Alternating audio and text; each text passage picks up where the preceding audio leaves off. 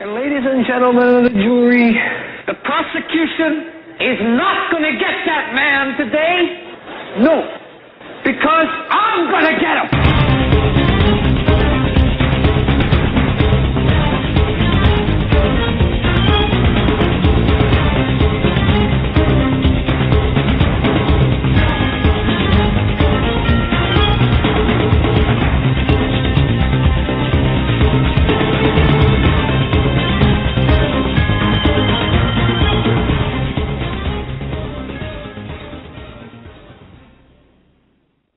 This is the Hagmann and Hagmann Report for today. It's Monday, January 21st, 2013. I'm Doug Hagmann. With me is my co-host, Joe Hagmann. He's my son, and folks, you're about to hear 3 hours of unbiased, uncensored news, analysis, and information that you need to know in these perilous times in which we live. Folks, you can find us on the internet at HomelandSecurityUS.com. And, of course, we broadcast every night from 8 to 11 p.m. Eastern Time. That's 8 to 11 p.m. Eastern Time. And you can access our audio stream, HomelandSecurityUS.com. And if it sounds like I'm talking through a bushel, don't adjust your audio settings. That's me. Joe, welcome to the program. Glad to have you back. I know you're not 100%. No. And but it is good to have you back. And as we talked before the show, if you start losing your voice, start crying or whatever reason, you can have the night off. But no, I'm glad you're back. We got a lot to get into tonight. I just want to thank. Yeah, Joe, I just want to say, just take a second. I want to thank everyone for their prayers and my goodness, Steve and all of you folks. Talking about prayer warriors, I don't know. I just felt this overwhelming sense of protection. And I know it sounds weird, but I believe in the power of prayer. But I'll tell you, protection or this hand of God type of embrace, if you will. And let me just tell you this: on Thursday, I think it was a Thursday or Friday. One of those days when you came over. Friday, just to visit, and I had my fever peaked at 104.5, and it was we were talking and. Folks, it's so weird. I thought I was having a stroke because he was trying to talk. I was trying to. He wasn't talking coherently. I knew what I wanted to say, but it would come out like banana cart, Texas. Something totally weird. And I thought, oh my gosh, it scared me. I thought, oh man, here I go. Yeah, not enough to go to the hospital, but... Well, that's certainly one would have... But in the end, it was dehydration. And I didn't know that, but dehydration can cause you to do that. So, folks, if you have the flu, and let me tell you, this stuff is bad news. If you've got the flu, drink a lot of water. Or juice or water or whatever you need to drink, but keep that brain soaking in something. There's some excellent flu remedies you can find on the internet. Yeah. Natural stuff. People sent things, information, different, things like apple cider vinegar and lemon juice and different concoctions that you can have, things you have at home to drink, and that will help clear that up. So, and let me tell you, this stuff that's going around right now is the worst. I talked to my doctor. And he said he's never seen it so bad ever in all of his years of practice. Just take care of yourself right now. I think physically we need to all take care. We need to take care of ourselves, but because we're in this. This is a marathon, not a sprint that we're in, and we have to treat it as a marathon, not a sprint. That's right. So, and like I said, if I do drop off, it's going to be because, hey, you're going to live to play another day, work another day, attack another day tomorrow. So, and I want to thank you for doing that. But you did some wonderful show prep. You did wonderful show prep. And also, another reason we could cut off is the 100 and some inches of snow we're currently receiving. I don't know where everybody's listening from, but a lot of the places around the lakes, the Great Lakes, are getting hit pretty hard, and it's coming down bad right now. I mean, shovel 2 hours later, another 4 or 5 inches, got to shovel again. And they're calling for up to 20 inches by Wednesday. So it's going to be like 8 feet on the ground all at once, or no, I shouldn't say 8 feet, about 4.5, 5 feet. Yeah, it's going to be fun. But probably the best part of the whole bad news scenario we have going on in our nation, we got another 4 more years of Obama and his minions unhinged, as the inauguration officially today was completed. And an inauguration, if you would call it that, or a ritual, or a worship service for this tyrant, as the headlines are coming out, what he has said during the inauguration. And it's surprising, but not really, because we know he has no re-election, at least in America, to come up against. And there's a headline on Judge, 1,461 more days. And what he said during his inauguration address was what I expected to see. They're going to start really stepping it up. They're going to act on climate change. They're going to act on immigration. They're going to act on spending. And not spending cuts. They're going to spend more. And what he's calling for is a liberal agenda, as he puts it. But it's anything but liberal. It is a tyrannical, authoritarian, evil plan, and they are going to do their best to pull it off in the time he is in office. We have headlines. We're not going to play any audio from the inauguration. Thank goodness I didn't watch it. Didn't want to watch it. But some of the things that were done, there were free speech zones in the inauguration path. And his walk on the parade route, Obama, after being inaugurated, went and drove around a little bit. But in that driving around, there were free speech zones set up at the Freedom Plaza, and that's the site of the only authorized demonstration zone. Everywhere else, I guess, you didn't have free speech unless you were standing in the free speech zone, which is kind of creepy to think about. Yeah, I mean, what are you going to do if you're not in a free speech zone and you yell something at them? Are you going to somebody going to come and arrest you and disappear you? What are the consequences? What has this nation come to where we have free speech zones? And anybody who would go there to protest, who would even go stand in a free speech zone? It's ridiculous.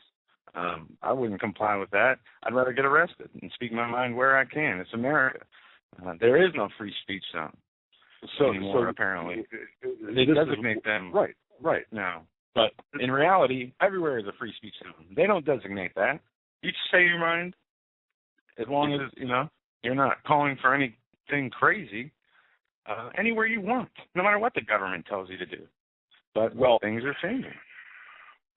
This is something I think is one of the most underreported issues of the day that we need to look at. It's censorship. It's obviously First Amendment rights. Yeah. There's also some other constitutional liberties being attacked here. But think about this: if you want to protest a politician, you can't do it at the venue in which they speak. You have to do it at the venue in which you are told to do it, which could be a mile or more, 10 miles from the venue in which the elected official or elected person is scheduled to speak or speaking or whatever. This is to avoid the embarrassment or to offset any type of embarrassment, because this government knows they are afraid of us. I mean, I'm so glad you brought that free speech zone up, because it's anything but that. It's the restriction of speech, and restriction of assembly on everywhere else. Yeah, just like the gun-free zones and the clampdown on the Second Amendment. They are they have systematically destroyed our rights of free speech, the free travel, to defend ourselves, and they are pushing hard, especially on defending ourselves, labeling people who want to defend themselves or might find themselves in a position where they have to. They want to get a gun and just to make sure they're safe as crazies and terrorists. And we went over a little bit of the West Point PDF that came out talking about the violent far right when you were gone. I'm not sure how much of that you saw or read, but I read some of that. Most of that, or I listened to all of it, read some of it. Yeah, I mean, they are really going after Christians. They are going after gun owners. They are going after anti-federalism. And what they're doing is a lot. In the beginning, they link Christian identity to the Ku Klux Klan and Aryan nations, but I haven't got to the part. I've only read the first half of this, and apparently it really gets into detail about Christianity and what they see it as. And it is very terrible the way they word things, and it looks like it's a playbook for how they're going to go after people. Well, you believe this, okay, we're going to do this, and this is how we're being divided. This is how we're being labeled, marginalized, separated. See, okay, continue.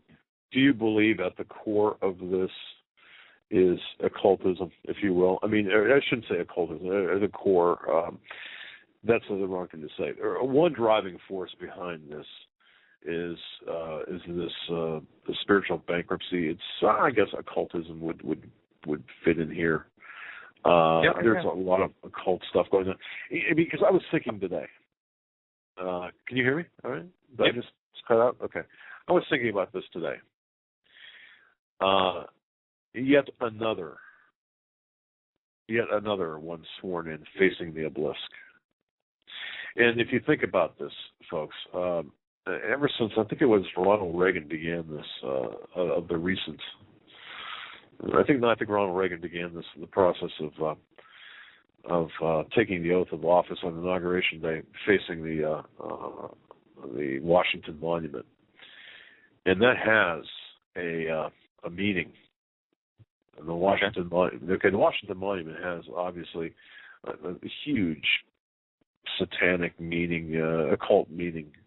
And I never really hung my hat on any of this or believed this, but it's so because it was so in your face and so in the open. I would think, well, who would really care? I mean, really somebody's going to do this? Everything's out in the open, and so it really can't be true. But what I've been seeing now is we've got Obama being sworn in for the second time, or actually I guess it would be the fourth time.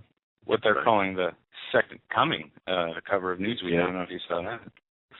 Yep, and this kind of made me think of.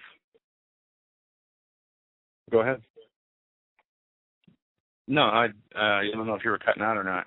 I'm not sure. Skype might be having issues too. We did a show. I was on a show 5 till midnight on Blog Talk Radio, and I was just riding shotgun as a guest host, and then we interviewed Larry Pratt today. He was talking about the Gun Owners of America, right? The head of Gun Owners of America, and he was talking about the demonic spiritual aspect of this. Also, he brought that up, and it was very interesting to hear him talk about this and other things that he mentioned. And hopefully we can get him on our show, and I don't think I would get into more detail. Yeah, and I don't think I would have really made this an issue. I mean, to me, okay, I'm thinking, wait a minute, this really isn't an issue. And but then you see, but it is, especially when you see Newsweek coming out with the headline or the cover, and others, the second coming, and the artists, and the putting Obama as this Messiah, and darn well as the Messiah and the second coming. This is, I don't believe personally. I don't know, but I don't believe that he's the Antichrist by any stretch of the imagination. But I will say this: certainly the Antichrist spirit is so pervasive throughout Washington, throughout every part of our world. It's just incredible. So what really got me looking at this inauguration were the covers of Newsweek and the paintings and the portraying of Obama as the Messiah. So when I started looking at this, and I started looking at the Washington Monument, that being, of course, an obelisk. There's three of them. There's one in St. Peter's, Vatican. There's one in New York City and one in Washington, D.C. So 3 recognized obelisks. And this one, though, in Washington, was built to commemorate George Washington. All right, now, there's a lot of symbolism in that obelisk. And I'm not going to go through it all because we've got a lot of stuff to go through. But folks, if you look into that, holy cow. Seriously, there is some really some things going on there. And there's also, of course, when you've got that president taking the oath once again, facing the obelisk, it has occult meaning. And I just want people to understand that it has occult meaning to it. And it has occult significance to it. So don't openly dismiss out of hand what you think is just baloney because it sounds so whacked out, when in fact it's not. Yeah, we have a new Chris Matthews.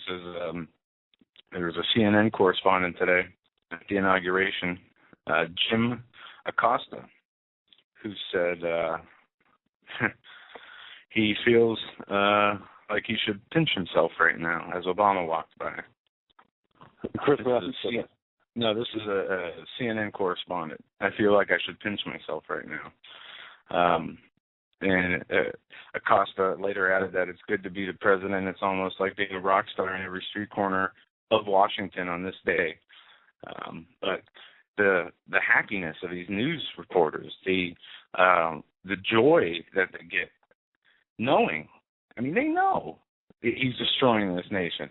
Right. But they don't care. They're just going along with it. And not only are they going along with it, some of them actually believe in what he's doing. There was a rapper that was part of a pre-inaugural concert. His name is Lupe Fiasco. He was ejected from the concert after an anti-Obama rant he went on, apparently singing a song on an anti-Obama song over and over, and they escorted him off there. That was last night. And also today, I don't know if this ceremony's over, this party or whatever you want to call it, Lady Gaga is going to be performing, at this inauguration. You talk about one of the most satanic people in openly in the music industry. And it's this person. Why is she there performing? It's disgusting to me. Why are they even having a party? They're having a multi-million-dollar, probably $100 million, $150 million party at the taxpayers' expense. Well, the economy is collapsing very slowly, but surely, as people are struggling to eat, struggling to find jobs. They're throwing themselves to these lavish parties. What are you celebrating? In my opinion, they're celebrating, as he said, what they're going to do. They're going to finish what they started. And when he says they, he doesn't mean the American people in him. He means his overlords in him. They're going to finish what they started. And I sincerely believe that. 4 more years, I don't see it happening. Well, I don't think it's going to happen at all. I don't see. We're not going to have another 4 years. And listen, folks. Well, Joe, I'm going to ask, before we move on to this, because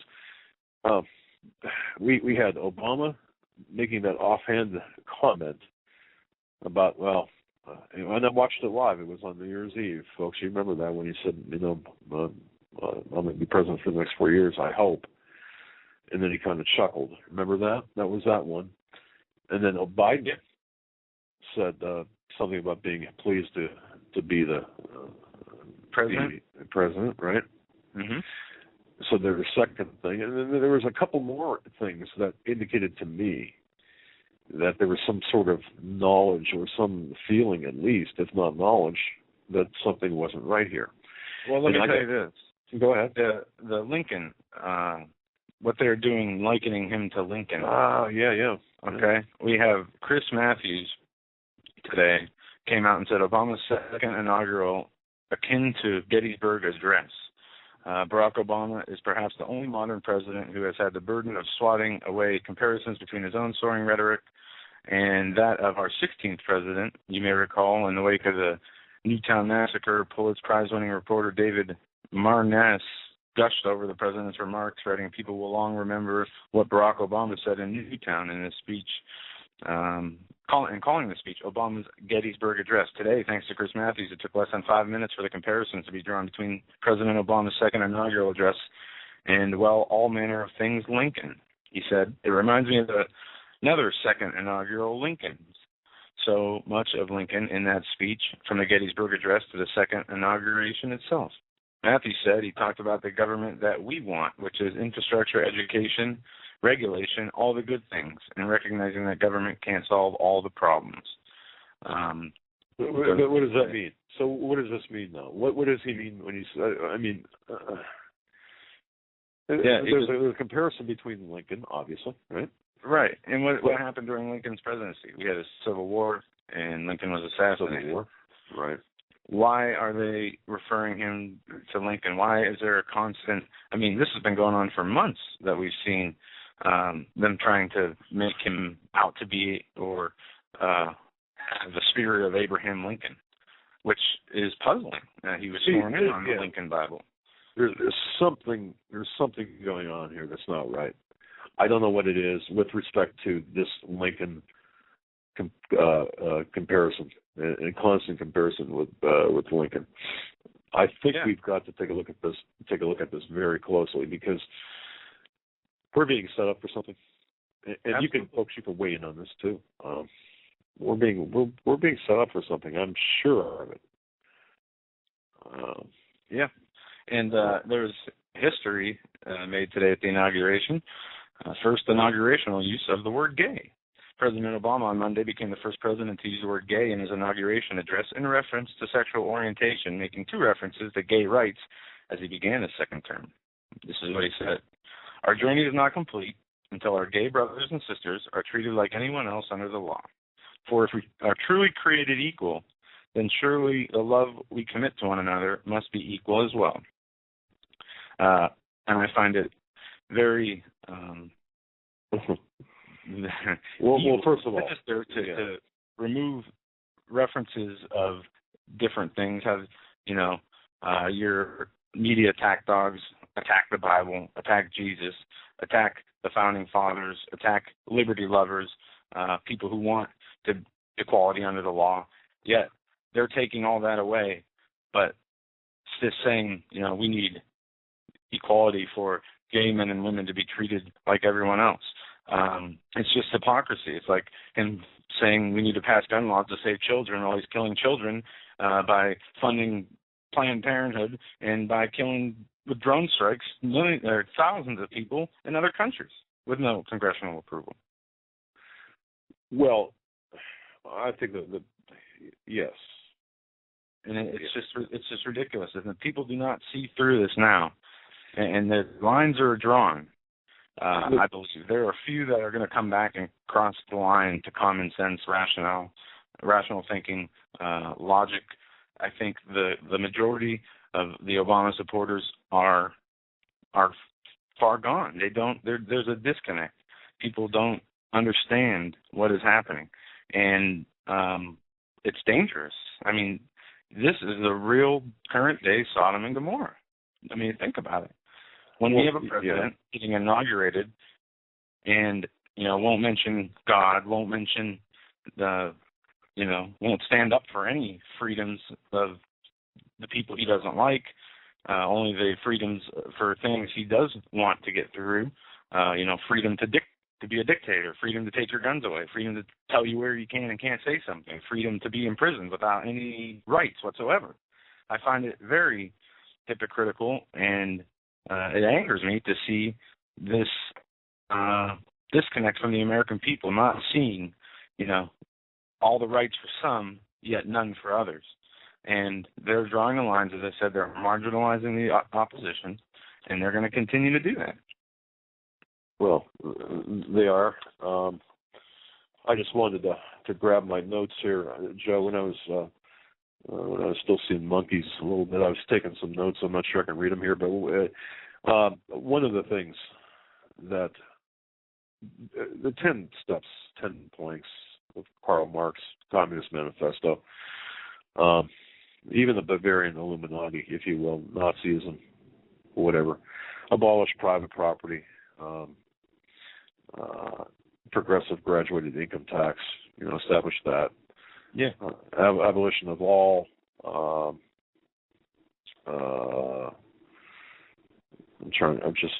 can't even read my own writing, but in that 10 plank memo is to normalize the family, or to demonize the nuclear family, and to normalize the family of 2 men, 2 women, and mixed marriages. When I say mixed, that's the wrong word.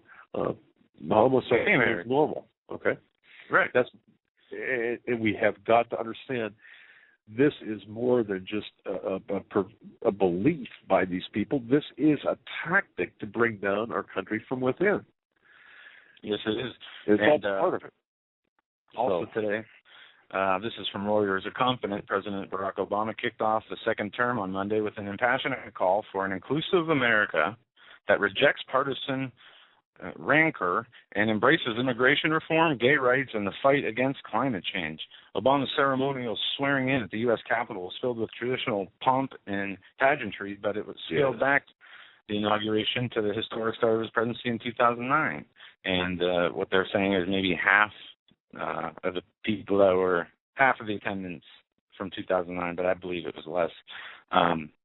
So despite expectations tempered by lingering economic weakness and a divided Washington, Obama delivered a preview of the priorities he intends to pursue, essentially a reformation of core liberal democratic causes, declaring Americans are made for this moment and must seize it together.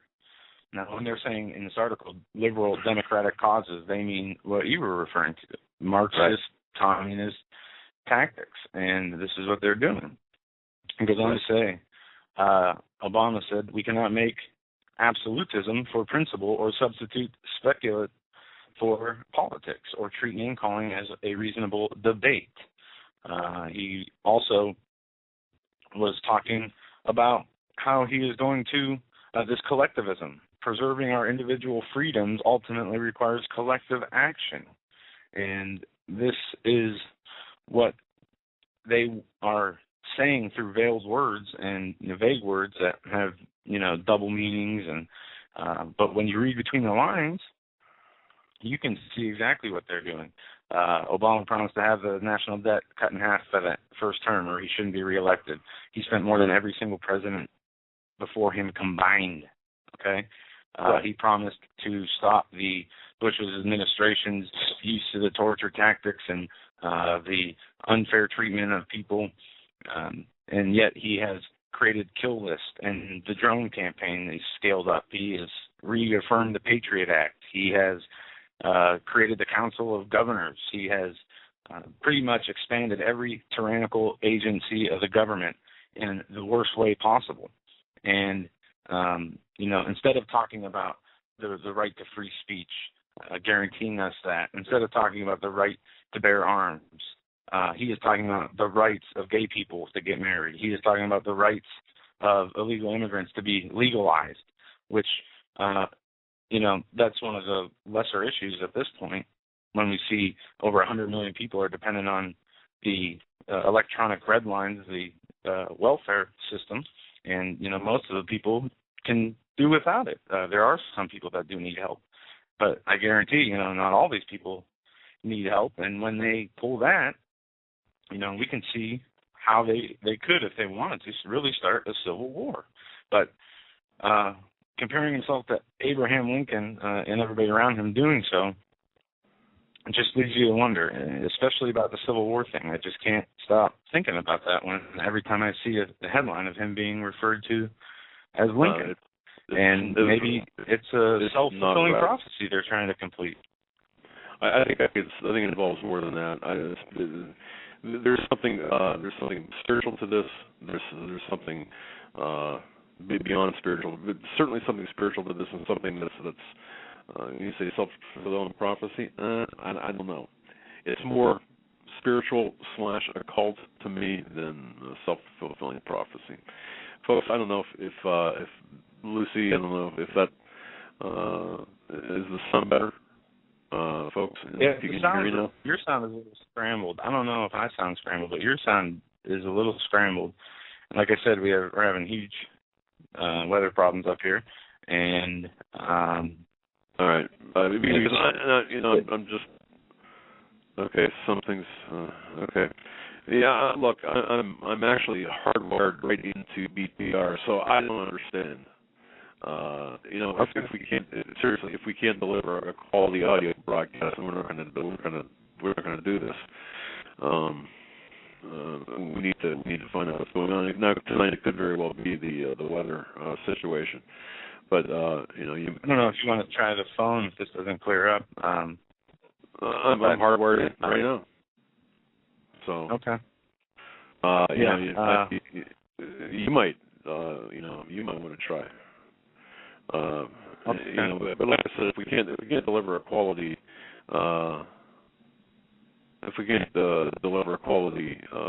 okay, Joe, you're good. I'm bad. So how can a hardwired direct line in BTR be bad in USB? That's just amazing. Don't know. But if you want to try the phone, if not, that's okay too. Listen to what I just said. Okay. The phone is, I'm using the hardwired phone line for this broadcast right now, which is actually worse than a Skype. Now go figure. I see. Okay. I see what you're talking about. I thought you were on Skype. Okay. And what I'm saying is if we can't deliver a quality audio broadcast to the people, to our listeners, then we're not going to be doing this. And somebody from BTR better answer to us and better do so. I don't have a lot of patience for this. So that said, let's do what we can to get this resolved. All right, I'll continue on, and I don't know if you want to try to go ahead. Skype or whatever. All right, this is an interesting news article I wanted to hit today. There's also a PDF, and if you guys go look this up, there's San Francisco Public Utilities Commission's Power Enterprise request for participants wireless control and communication systems for LED luminaries and other devices. There's an article up here on InfoWars that also talks about this. DHS looks to install microphones in urban areas that can listen to your conversations. Gunshot detectors could be used to eavesdrop on street chatter. The DHS is looking to install gunshot detector microphones that are capable of listening to your conversation throughout urban areas of Washington, D.C. It goes on to say, according to a request for RFI posted on the Fed Blitz Ops website on January 18th, the DHS, in tandem with Secret Service, is seeking information on commercially available gunshot detection technologies for fixed surveillance applications. Typical coverage area is expected to be from 10 to hundreds of acres per site located within urban areas. Due to the secure nature of these sites, a high gunshot detection rate of 95% is strongly desired, with daily operational monitoring of this system by external parties is undesirable by external parties. No, so okay. Can you hear me now? Can you hear me? Yeah. All right. Does that sound better? Much better. All right. So tell me, what's this all about? Well, we have two things here. One is that DHS looks into installing microphones in urban areas. Two is the PDF that was put out about using lights and other electronic mechanisms to communicate to pilot wireless control and communication systems on streetlights and other devices that can listen, that can communicate, that can possibly, who knows, read license plates. They can do a lot of things. So for everyone who was calling alex+Jones a fruit basket because of his conspiracy theory where the microphones and the surveillance on the street lights and such and what have you. Okay. This is because you sent me this and I read it today, Yes, and you didn't hear the part where me and Larry were talking last week, and he told us in Buffalo they already have this, that they can detect a gunshot down to a matter of feet or yards. Right. And that, they don't have that here right now. But as we see, the Department of Homeland Security is getting involved and wants to change that in, urban areas around the country. And in at least one city, they say, in Belfort, Massachusetts, where sensors record a loud street argument that accompanied a fatal shooting in December, the system has raised questions about privacy and the reach of police surveillance, even in the service of reducing gun violence, the state reports. Frank Camera, the lawyer for Jonathan Flores, a man charged with murder, complained that the technology is opening up a whole can of worms. If the police are utilizing these conversations, then it is an issue. Where does it stop? The ACLU jumped in and said that this technology could represent a clear violation of the Fourth Amendment if used. And Jay Stanley asked whether microphones can be remotely activated by police who want to listen to nearby conversations, noting that it's illegal for police to make audio recordings of conversations in which they are not a participant without a warrant. And Nick goes on to say, if the courts start allowing recordings of conversations picked up by these devices to be admitted as evidence, then it will provide additional incentive for the police to install microphones in our public spaces over and above what is justified by the level of effectiveness the technology proves to have in pinpoint gunshots, wrote Stanley. Well, and I understand the fact that they can pick the gunshot. They can understand, or they can get where the shots come from, the gunshot detectors. I understand that. But what you're talking about here is something totally different. It's a different technology. It's a more refined technology. It's not the same. The only thing that's the same is the platform in which it's being used. But it's a more refined technology. So this is being able to hear a whisper from 50 feet away. Yeah. I mean, you could go outside in your driveway, and your kid comes home and you say something to them, whatever. They're going to be listening. Every street light could be equipped with one of these listening devices through LED. And this is what the San Francisco PDF talks about, is using these for public safety. They say to protect public health and public safety and the environment and all kinds. They have all the excuses in the world why they need to install these. But what they want to do,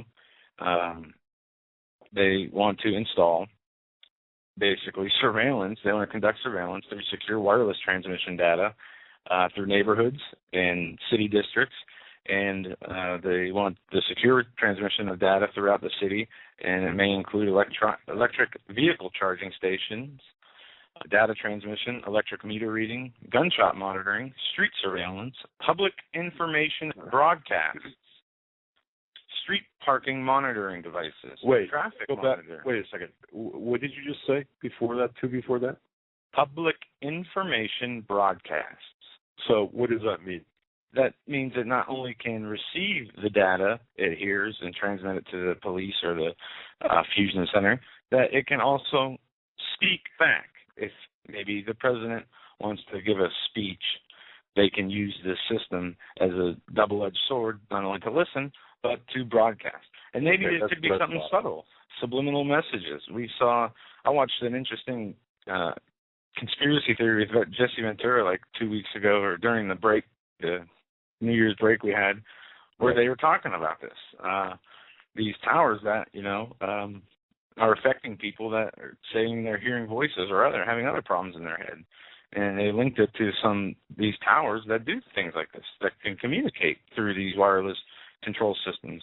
And I know people probably everywhere have seen these huge, weird towers go up. I've seen them. They're all over the place here. And what they're going to do... alerted us. John had alerted us to the tower. Yeah, but he there was a specific name. I don't know. Do you remember what? The Black Tower. That was what was said in the episode I watched. Don't know if it was the same thing or not. I'm talking about John from Braveheart Radio. He had taken a photograph of some of the towers that that are up here off of Interstate 9. Oh yeah. Yeah. Okay. And the towers are for data and for transmitting data and for images audio, Yep. everything. Yep. And imagine, they can already listen to us through our computers. They can listen to us through our phones, our TVs. The head of the CIA came out and said they can hear you through your dishwasher, through your appliances. Now imagine street lights, any light it might be able to transmit data now. Who knows? Is there any privacy in your house, in your home, in your car? I don't think there is anymore. And they're saying that this is a pilot program. I guarantee it's probably already been implemented in half the cities, major cities across the United States, when they just haven't said anything about it. And they're making it public now because they know the Constitution is gone. They know what they can get away with. And what they're going to do is continue this until will writing be safe even? Pass a note from one person to another. I mean, if you're standing outside, they can really, if they want to, read what's on that piece of paper from a satellite. It's not even, it's, you know, I used to think it was kind of funny when I'd meet with my source and he'd say, come on, let's go for a ride. And when we would go someplace that was quite open and out of the way. And it scared, not it scared me, but it made me think that, well, you know, they really don't have, I mean, are they really that interested in trying to find out, number one, what you're telling me and who you are? You know, are they really, is there really active surveillance on a person like this? Of course there would be, but is there, I guess the biggest issue I had, do we have the technology in play right now to be able to pick up? Well, just think of 1984, the book 1984, the movie 1984. And by the way, I didn't really care for the movie that much, but do we have that in the technical? Yeah. It's absolutely we do. Okay, do you remember I sent you the electronic health system they were trying to set up? The electronic transfer of information, the registering of that, and the different ways. They weren't sure which networks they can use. They wanted to make sure that like broadband Wi-Fi was hackable, so they wanted a different way to transmit this information. And we see them setting up, programs to make sure they get this right, so the information can't be hacked. But I'm sure there's always a backdoor way into systems like that. As we've seen people hack into the little tickers and put up messages they want, or there always seems to be ways around it, no matter what. And even if there isn't, they say there is, like the hacking of a power plant to the point where they can shut down power for weeks. So no, this is just over the top. It doesn't even need to be done. They can hear everything you say, basically, if they want to, without any of these LED lights, I'm sure. They have technology already in place. They've probably had it for years, and it's been being used constantly to listen to every word you say. So when you're outside, sad to say, you got to be careful. You don't want to say the wrong thing. Next thing you know, you'll have the Department of Homeland Security at your house. And it's really a crazy thing to think about, but it's not. I mean, this is happening. They're publishing it. They're saying they're going to do it. Well, we should have known, at least I should have known right from the beginning. And for this, I'm going to apologize to everyone. I should have known right from the beginning. You should remember history. DHS was set up to do nothing more than to control the public, the American public. It had nothing to do with the establishment. It had nothing to do with going after terrorists, basically. But it's control of the American public. And the fact that I didn't speak up, or I really wasn't convinced until 4 years ago, maybe. Well, what are you going to? I mean, if there's something you don't truly believe in, of course you're not going to go out there and say that you do. So we all grow at different rates, and you can be told that. I mean, people are told this information over and over and over, and never will believe it. So you got to consider yourself, blessed for at least being able to see it when you did. You can't, go back and give yourself a hard time because you didn't see it sooner. But you didn't expect to see this end up the way it did. Well, no, not in the beginning, but now I saw where I see how it started. But I really have to say that to everyone listening to this broadcast, I'm sure you people talk to family, friends, and others who at your work, where you work, where you do your banking, or whatever, wherever you're at, maybe the gun store that you go to, and you're out there talking to different people. We all arrive at these mentally where we're at. We all arrive at this location at different times. We're all of us. Not all of us, and not, unfortunately, the majority of the American people, I don't think, would end up, understanding to the depths. I mean, we look at this country there being a real Christian, preaching the gospel of Jesus Christ is considered extreme. People run from it as fast as they can. There are more non-Christians than there are, even Christians who just go to church and say they're Christians, and that's all they do. There are more communists in this country now. There are more people who want a free ride instead of, working for something to make themselves better in this country. That's why we have more people on welfare than we do really have making, working, producing. It's insane. Everything is backwards, and it's just not right. If we can move on to this, go to the gun control here for a little bit. I have a quick clip I wanted to play, and then an article I wanted to get into about the gun control, and part of what the executive orders have done.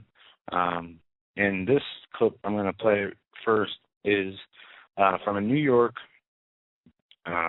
Senate hearing, or an assembly hearing inside the New York State Senate. And what they did is they were talking about what worked and what didn't work, or what got through and didn't get through out of the things they were talking about, or the proposals they were wanting for gun control.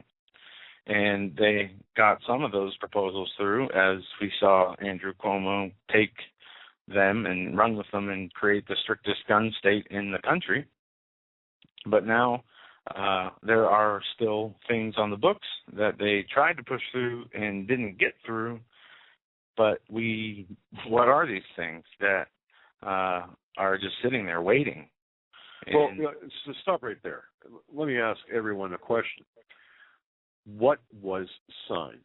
Does anyone know with absolute 100% certainty what was signed by Barack Hussein Obama during that press conference? When was that? Tuesday? Wednesday? Wednesday.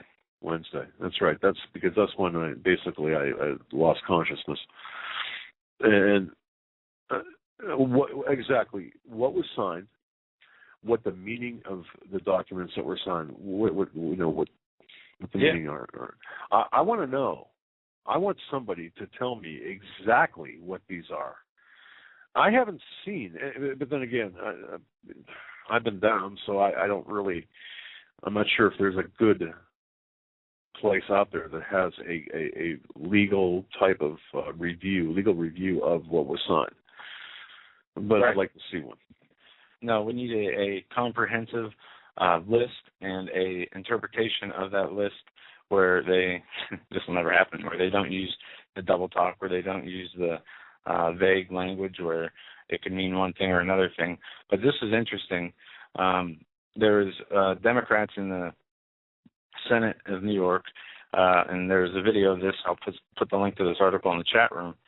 And they were talking about proposals that were received, Democrat proposals in the gun bill. And I'm going to play this audio, and then we'll go from there as to the 23 executive actions as to what some of them actually do, because I do have a few things as far as the mental health part is concerned that will clarify. Well, that's what we have to be very careful. That's what I'm talking about. We have to be very careful not to assume anything, but to completely verify, understand what is, because I don't know about any of you, but I am troubled. Again, I went down Wednesday, and I'm just, getting my footing now. And looking back at these, I'm not sure I understand any of this. And I'm not sure I understand why no one is asking questions. I mean, why aren't people saying, wait a minute? Who's going to ask the questions? Anderson Cooper? Piers Morgan? Well, no, I mean, you Sean talked Hannity? to Larry Pratt. You talked to Larry Pratt. What's his take? Do we know?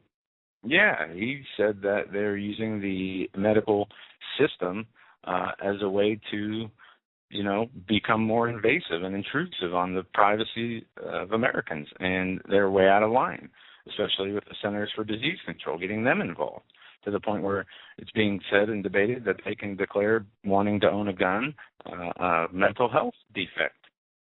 And all right, you think about that, that's crazy, but that's what this is all the globalist agenda. This is part of the George Bush September 11th, 1991 New World Order speech, where they can get to the dreams of the founders of the UN and have one great New World Order for everybody. Right. Okay. But this was interesting, this little piece of audio here that I'll play now. It's only 50 seconds. And listen closely to what they say, because we'll get into what and why they say it afterwards. Here we go.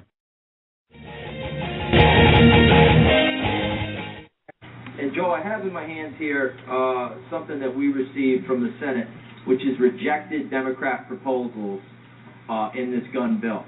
And I don't know that you've seen this, or if you know that these are there or not. No, but we don't have our own list of rejected proposals that the Senate rejected, so I don't have anything to show you. Okay. All right, then I won't address it then if you haven't seen it. I'll leave that one alone. Okay, thank you, Joe. Appreciate it. And Mr. Speaker, on the bill. And by the way, I would recommend not to have that list shared, because it really has the capacity to dampen the enthusiasm to compromise. Well, it sure does when we talk about confiscation of assault weapons. It absolutely has the ability to dampen and compromise. Mr. Speaker, on the bill. All right. I don't have a clue what was said. I don't know. I don't have a clue. All right, here we go. Let's play a cartoon. In the video, New York Republican Assemblyman Steve McLaughlin is speaking to the Democratic New York Assemblyman Joseph Lenthal. And the transcript reads as this. McLaughlin said, something that we received from the Senate, Democratic proposals in this gun bill. And I don't know if you've seen this or if these are right or not. Lenthal says, well, we don't have our own list of rejected proposals that the Senate rejected, so I don't have anything to show you. The McLaughlin then says, okay, then I won't address it if you haven't seen it. I'll leave that one alone. He says, okay, thank you, Joe, I appreciate it. And then this Joe Lenthal, the assembly leader, says, and by the way, I would recommend that not to have that list shared anywhere, because it has a capacity to dampen the enthusiasm of compromise. And McLaughlin turns and says, well, it sure does when we talk about the confiscation of assault weapons. It absolutely has the ability to dampen a compromise. And the list of proposals that the Democrats would rather you didn't see is in this article. 1, confiscation of assault weapons, and that's assault weapons is in parentheses. What does New York consider an assault weapon? Pretty much anything that carries more than one bullet. 2, confiscation of 10-round clips. 3, statewide database for all guns. 4, continue to allow pistol permit holders' information to be released to the public. 5, label semi-automatic shotguns with more than 5 rounds or pistol grips as assault weapons. 6, limit the number of rounds and magazines to 5 and confiscate and forfeiture of banned magazines. Confiscation and forfeiture of banned magazines. 7, limit possession to no more than 2 magazines. 8, limit purchase of guns to 1 gun per person per month. Require. I can't. Okay, I'm looking at this. And thanks for sending that to me, folks. This is on Tennessee Sons of Liberty, I think it is. You can post this in the chat room. But the hubris of these people, and I interrupted you halfway through, but it doesn't matter. What they're saying is they're going to confiscate everything. Yeah, But But they're saying, we're not going to tell you. We can't tell the people. Don't to the public yet because it hasn't been confirmed nor denied. But yeah, that's the list of shot down proposals by the New York State legislature of what they tried to get through but couldn't. I just love this, what you said too. Oh, and by the way, I would recommend not to have that list shared because it has the capacity to dampen the enthusiasm of compromise. And then McLaughlin comes back and says, yeah, it sure does. When we talk about the confiscation of assault weapons, it absolutely has the ability to dampen a compromise. So, yeah, obviously they're doing stuff behind our back. Dovetailing with that is an article out of the Natural News today.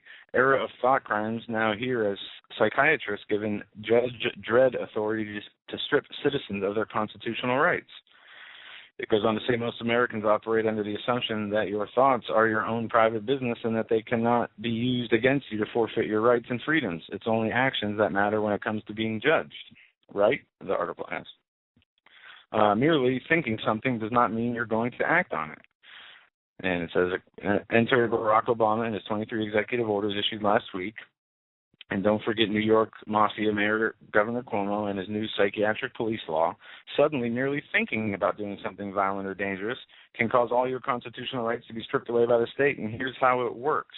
If you're seeing a psychiatrist or a psychologist and you say something that might be considered violent, I can't stand my boss. I wish she would die. Under Obama's executive orders, the psychiatrist must now report you to the government as a possible danger to society. This is done in a complete violation of the doctor-patient confidentiality, of course. Now think about this, though. I don't know if the article gets into this more. I didn't read the whole thing, but these new LED lights that we were talking about, these new listening devices that will be put up in street lights that aren't already, if they're not already there. Now, say the government hears you say something like, I can't stand my job, I wish my boss would keel over. Can they come to your house and say you're mentally ill and take your gun away?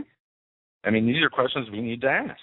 The no-gun buy list they're talking about. Well, look how good the no-fly list works. We see kids being put on a no-fly list considered terrorists just because their name popped up on a list. We can see where this is going. It all leads to one place. Absolute authoritarianism and tyranny and 100% government control of everything, including you, your body, your mind. And they're going to ask you, most likely, that they're your God. And that is where we're headed, just like it says in the Bible. Now, according to the West Point PDF that was released, that makes me, if I believe that, I am a crazy, far-right, violent extremist. But now anything normal is considered extreme. Anything extreme is now normal. You see how they've really turned it around on the American people. The DHS isn't here for Al-Qaeda. It never was. And a lot of people, like you said, are waking up to that, and it's late. But it's very sad and it's very real. And we got to be careful because things are only going to get worse. And we're coming up against the break here in a few minutes. And we're going to open the phones up for you guys for the next 2 hours, and we'll take calls while we go through the rest of the news we have. 661-244-9839 is the number if you want to call in and get lined up on hold. And we'll come back and hit a few pieces of news. One being the United States is planning on giving $1 billion of taxpayer money to the Muslim Brotherhood in Egypt for fighter jets, or with fighter jets and other arms and munitions. And we have a clip from Fox News we're going to play when we come back. Then we'll take your calls and more. You're listening to the Hagmann and Hagmann Report this Monday, January 21st, 2013, the day of the second coming of the tyrannical dictator Obama. And this is going to be Obama unhinged, as the old masters know. There's nothing that can get him out of fight from me. You don't want to see that, but nothing can change. Let's listen to that. Go back for a minute. Hi folks, Doug Hagmann here. You might know me as the co-host from the Hagmann and Hagmann Report, or as a frequent guest on Coast to Coast AM with George Norrie. If you're like me, you're tired and confused over today's headlines. You just don't know where to turn for accurate, concise information about really what's going on, what's truly going on in today's society. If you don't know where to turn for accurate, well-researched, and properly vetted news, I've got a suggestion. In fact, it's a requirement. Bookmark Canada Free Press. That's CanadaFreePress.com on the internet. It's just not for Canada. It's for news across the world. Judy McLeod, founding editor, has put together a vast array of talented writers like Kelly O'Connell, Daniel Greenfield, Dr. Eileen Johnson-Powell, a lot of guest columnists, very talented writers. Folks, that's Canada Free Press at CanadaFreePress.com. Now mobile friendly. Follow on Facebook, because without America, there is no free world. Survival of the fittest. In any and all situations, survival is your number one priority. That requires being tough and thinking smart. And the folks at Freeze Dry Guy are going to help you do just that. They have the long-range patrol ration entrees, what they call the Brick Pack. When you're in survival mode, it is absolutely the best item for your survival pack or bug-out bag. You can go farther, faster, and carry more food with the LRP cold weather ration entrees. Not only do these long-lasting, durable entrees help sustain you or your family through the harshest environment or situation, they are by far the most delicious of their kind. No contest. With a variety of tasty entrees, you can't beat the LRP Brick Packs. Let Freeze Dry Guy help you in your survival situations. Go to freezedryguy.com. That's freezedryguy.com, or call 866-404-3663. That's 866-404-FOOD. You better wake up fast and listen to this, America. The Obama campaign has launched attack squads disguised as truth teams dedicated to intimidating and silencing all political dissent carried over the internet that criticizes the Marxist Obama.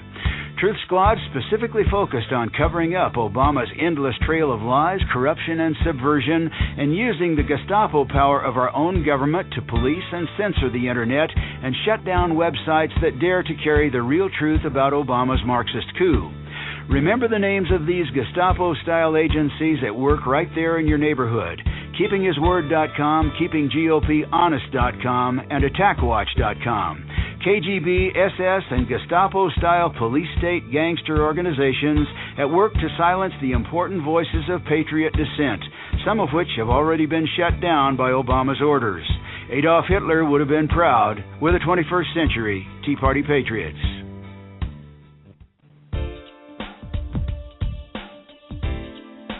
Hold on to your seat. The Hagmann and Hagmann flight is now taking off. Doug and Joe Hagmann have cleared the runway of TSA agents, jihadists, political crackpots, and global elitists. Now get ready for some real news. Here they are, Doug and Joe Hagmann.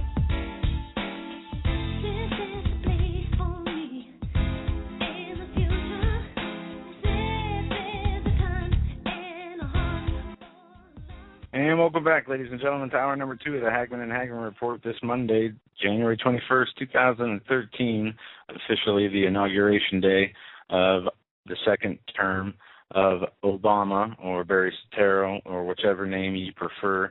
One thing that we didn't mention is that he dropped Hussein from the announcement of his name during the inauguration, which I find interesting. I thought he's proud of his heritage and where he's from, his culture, his roots, but why hide your middle name? Are you afraid you're going to offend people? You think people already know what your name is?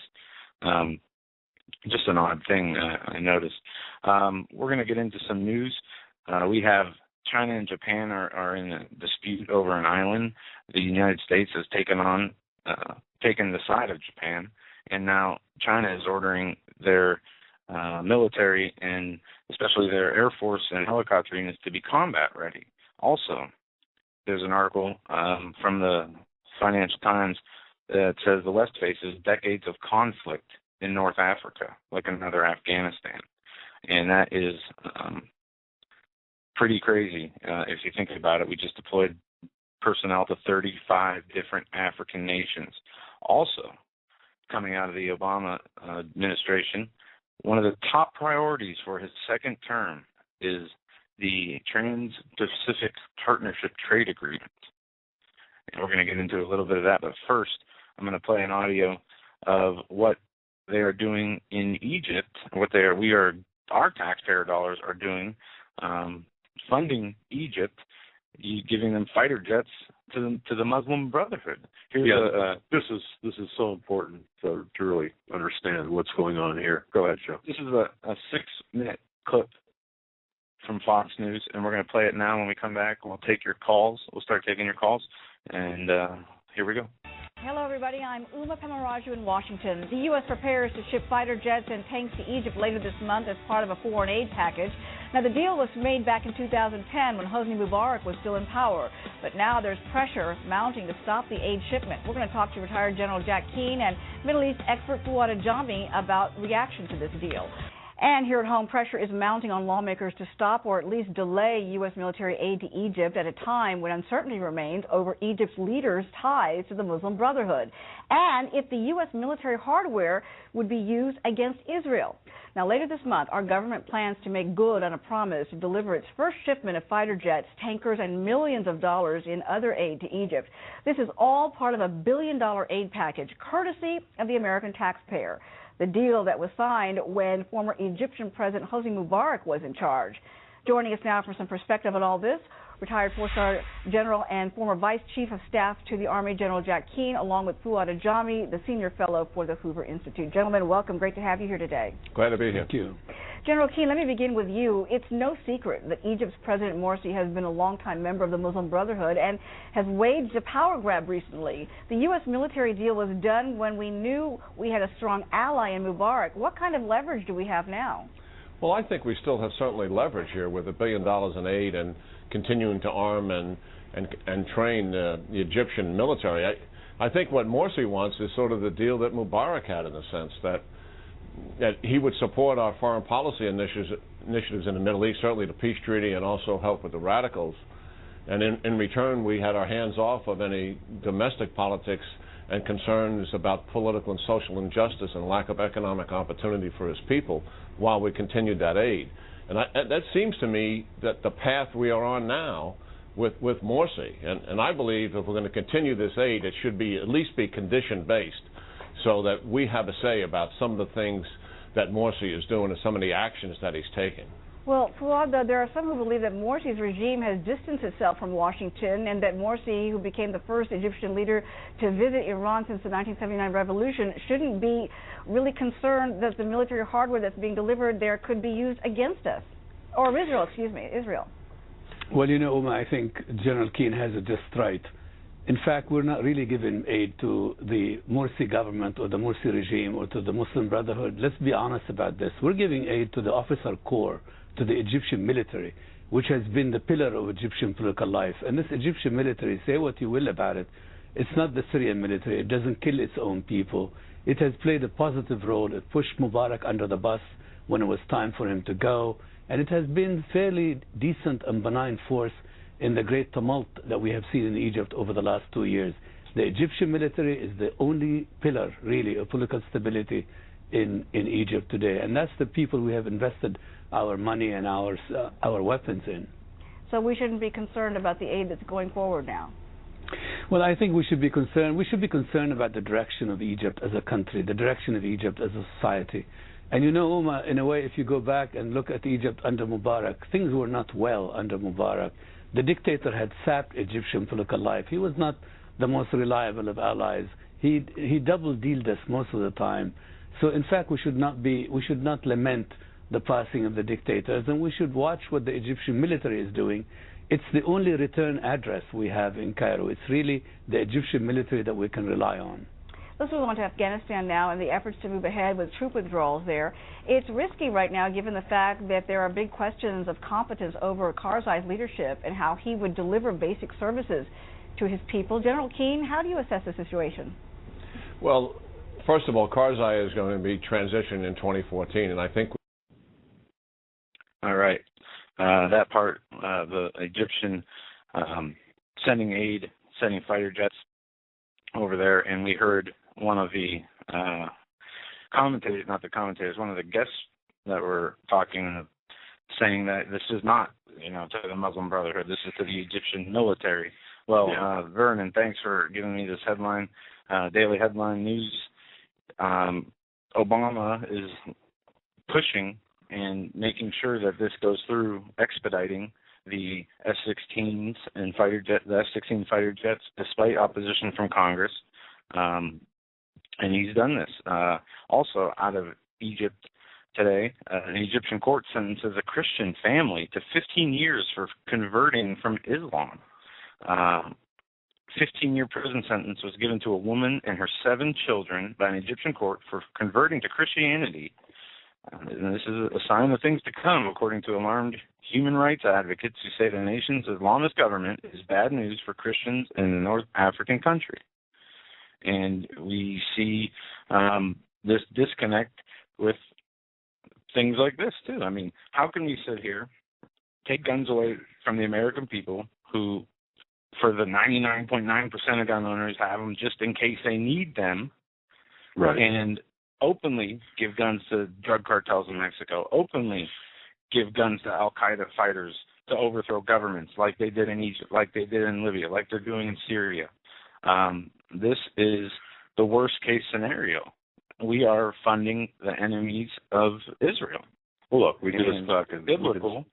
We're just extending our work. We remember when Bill Clinton was in office, even back into, we'll go back into Ronald Reagan with Iran-Contra.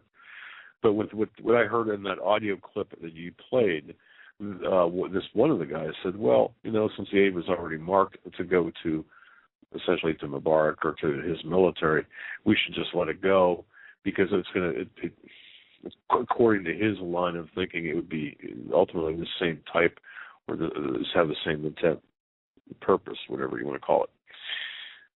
That I found to be extremely disingenuous, and whoever that person was, I don't know. Did you say that was a CNN clip, or was that? That was Fox News. Fox News. All right. Yeah, and I'll send you that link, and I'll find it and post it in the chat room. But this extremely Obama expedites delivery of F-16s to Morsi, Egypt. A senior U.S. official said the administration of Barack Obama has ordered the Defense Department to begin sending the first of 20 F-16 Block 52 plus aircrafts on January 21st. The official said the Pentagon would also deliver assembly kits for 200 N1A1 MBTs. Congress did not change the laws on selling arms to Egypt. William Taylor, the special coordinator for Middle East transitions, said the U.S. administration listens to all views but does not necessarily concede to them all. Taylor's position included facilitating U.S. aid to Cairo. His remarks, reported in the Egyptian media on January 17th, marked high-level confirmation of an imminent U.S. arms transfer to Cairo, which receives $1.3 billion in annual American military aid funded by yours truly and the listeners and every other taxpayer in this country. Is it me, or are people just getting... Folks, can you even comprehend anymore? $1 billion, $1 trillion, 16 trillion, all of these numbers, these figures being thrown out. To me, it's just, I can't, it's not even real. I mean, you start talking about $1 trillion of anything, that's not real to me. Is it real to you? Does it feel 16 trillion? Can you actually wrap your head around that? Does it really mean that much to you? I think we have to. To me, I think. You know what I mean, Joe? Yes, I was doing some history research this weekend, going back to the Weimar Republic and looking at all the wonderful things that happened there when the hyperinflation hit, and they, continue to increase, from a $100 bill to $1 million bill to the point where people burn the money to keep warm instead because they couldn't use it. It wasn't worth anything, no matter how much you had, wheelbarrows full. And they talked about it was more orderly then. It's not going to fall. I mean, the way they fell, it's not going to be like the way we fall if that were to happen here. I can guarantee you that. Things were different. People were different. They're more peaceful, more, helping each other. Now it would just be utter chaos. And we have a clip from Bill O'Reilly we'll play later about the dollar collapse, the possibility of a dollar collapse because of a Government Accountability Office audit of the federal government and their spending. And what they reported on was that it's unsustainable, and if they continue down this current path, there is no other option but a hyperinflation currency collapse. So, well, let's go to the phones. All right, go ahead. Go ahead. Before we go to the phones, let me just want to say this, Marianne. Thank you.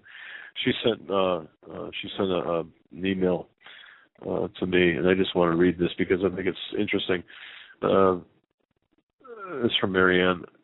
Well, today is January 21st. In the name of Abraham Lincoln and Dr. Martin Luther King Jr., the Marxist Muslim manipulator Barack Hussein Obama will become more openly and aggressively tyrannical. The Cobra is lurking in the shadows, cast by men who are widely admired. Think about that. Wow. Mm-hmm. And he is trying to ride on their popularity. Here is a picture of what we are up against, and she enclosed a picture, a very graphic, very sharp, crystal clear picture of a cobra. But our God is greater than any snake. Jesus said that we would be able to overcome serpents. Behold, I give unto you the power to tread on any serpents and scorpions and over all the power of the enemy, and nothing shall by any means hurt you. Luke chapter 10, verse 19. And I thought that was an extremely important and very well fitting, a very fitting verse or message there. Yeah. And then, Joe, I want to mention as well, this Wednesday, we have a special show Wednesday from 9 to midnight. We're going to have Steve Quayle on, and the topic is going to be genetic Armageddon. Genetic Armageddon, right? Very interesting. He has a book he wrote, Genetic Armageddon, that is fascinating, well beyond its time. He wrote it a while ago, and things that he wrote about 10, 15 years ago we're just seeing coming out in the news today, even though it's already kind of been implemented and it's there. But he was right on the money when he wrote that book, and it's an excellent read, and that should be a wonderful show. Well, I talked to him today, and he said the full title, here's the full title of the show, it's Genetic Armageddon has arrived. You won't believe what comes next. And so I said, Steve, you going to tell me? And he just started laughing, like, you'll have to join us Wednesday with everyone else, as if I, But it should be a great show. Genetic Armageddon has arrived, and it's true, because he did tell me a few things during that conversation that, folks, I got to tell you, you got to tune in Wednesday, because he does connect some dots. Go ahead, Joe. All right. Well, let's go to the phones here. People have been patiently waiting on hold for a while. We're going to go to DC 703 area code. You're live on the Hagmann and Hagmann Report. Hello? Yes. Oh, yeah. You guys are talking about Homeland Security people. I just got a visit from them. They actually... You're kind of scrambled. I don't know if it's the phone system here. I don't know. Go ahead.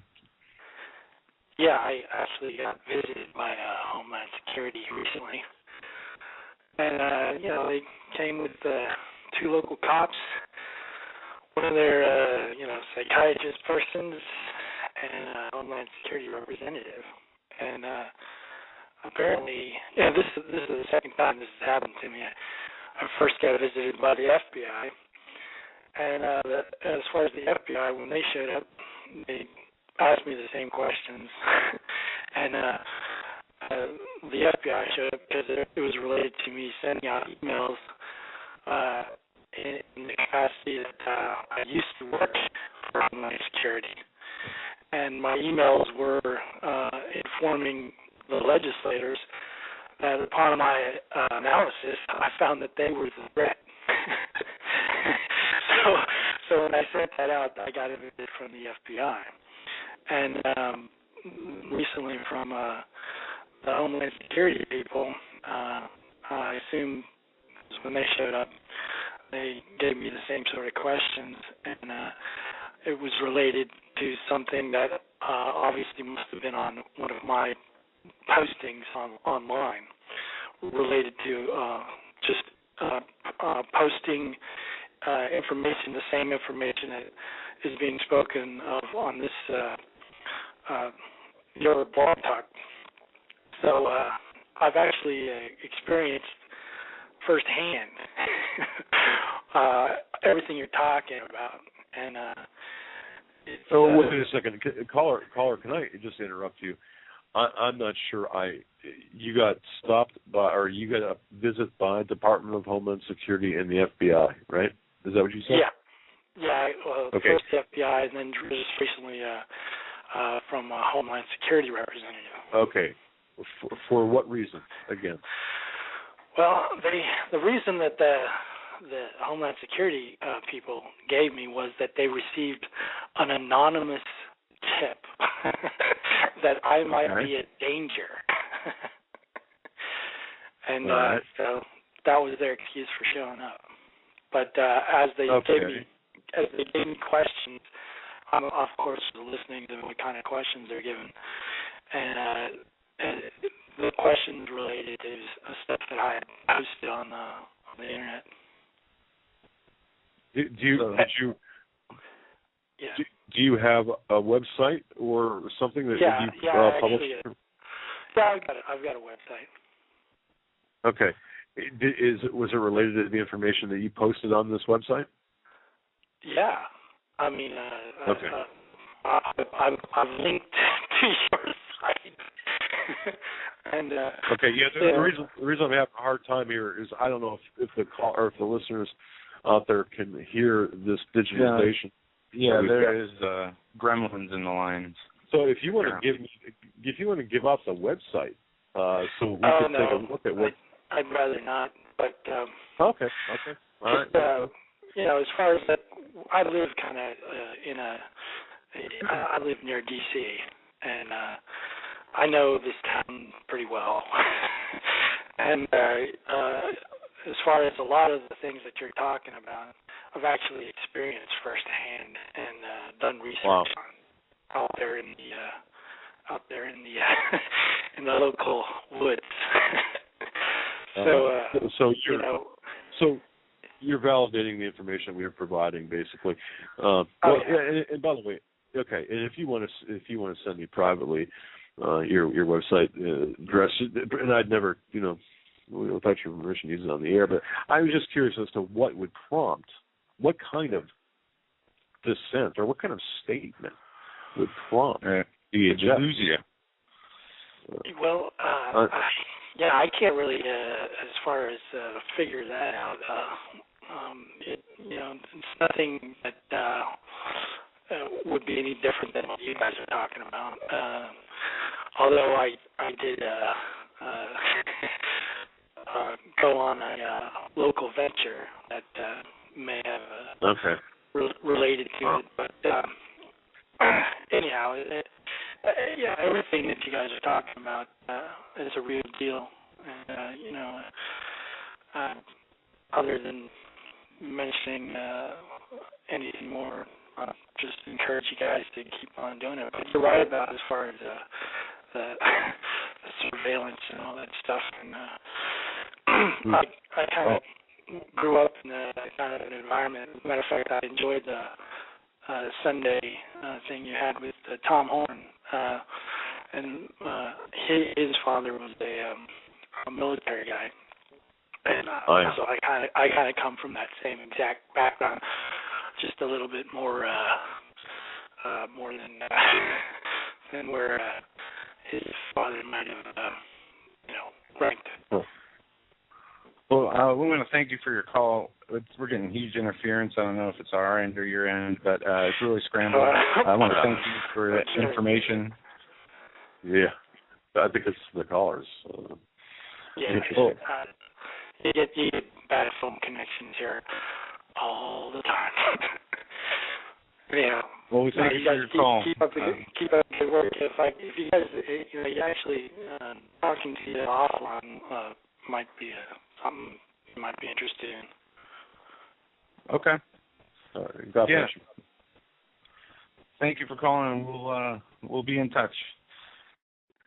And I don't know what's up with the audio tonight. I don't know if like I said, special listeners or gremlins on the line or what. We're going to go to another call and see if this works. Area code 267. We're coming to you. You're live on the Hagmann and Hagmann Report. Yeah, hey, guys. God bless you, first and foremost. Here. You are very scrambled also. Okay. Just wanted to touch base. I guess I was on hold.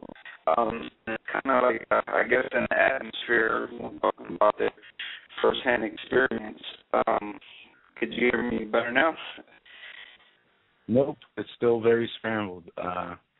There's some kind of interference taking place. Well, if you could hear anything, I just want everybody to know that everything you guys talk about is definitely real. Just firsthand, over the weekend, I had a family gathering. I actually found out that some Christian members of my family are actually wrapped up in just about everything you guys talk about as far as the government. So I've been struggling to have my wife get it. I've awakened in the last couple months, thanks to you guys and Stephen Quill. And am I still breaking up? Yes, very much. Okay. We did gather what you said. That your wife's come around, and you guys have been listening to the show. Yeah, I just want to get this out because I feel like if I don't get it out, I'm just gonna explode. So, my sibling, to say the least, we always knew she worked for the government, but she was a subcontractor and never really gave too much information about like what she did. But my wife really didn't get it. So this weekend we actually had a family get together, and I got a discernment. For the discernment, this was like, ask my sibling certain questions, and she just started, I guess, giving us so much information that nailed everything.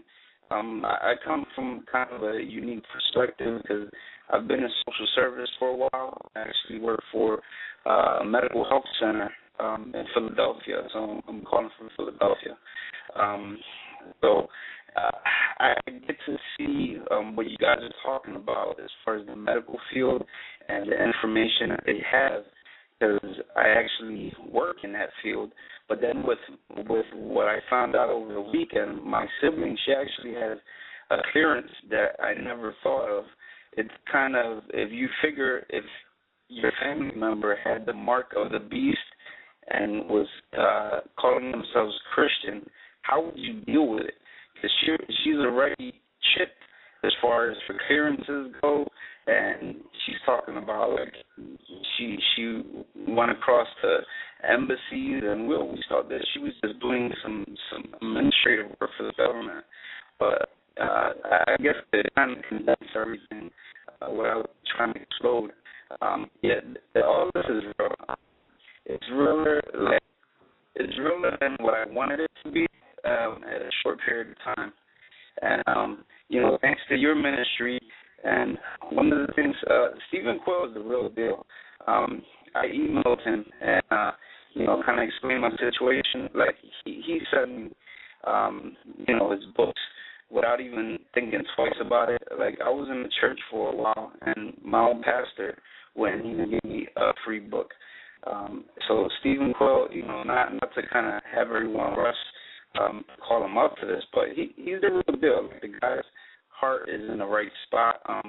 The Lord is using you guys, and if today's show cannot be about anything else, let it be about how it's really hitting home, and this is the real deal. If there's anyone calling for the first time, I'm a first-time caller, but I've been listening for a couple months already because it's really like the only way that I could just get by. So over the weekend, I just figured out that basically my flesh and blood is on the other side of the fence. And I mean, like, I was asking, I don't have any PhD, I don't have any knowledge as far as in depth with you guys. I just learned whatever I learned off of the radio and off of, books I've been reading off of Stephen. So it's not in vain. What you guys are doing is really essential.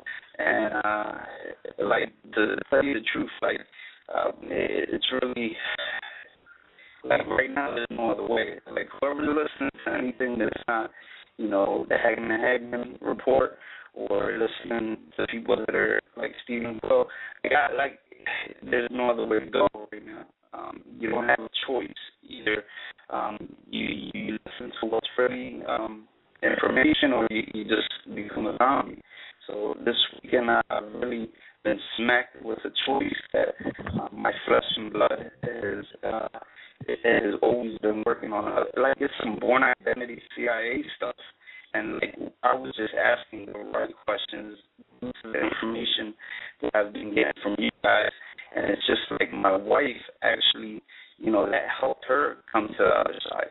Because the identification that my sibling had, she was kind of bragging that it showed off her clearances and all this. And I looked at my wife. I was like, see, like, this is what I've been talking to you about. This is what I listened to in the archives. This is basically everything that I've been scribbling, all the notes.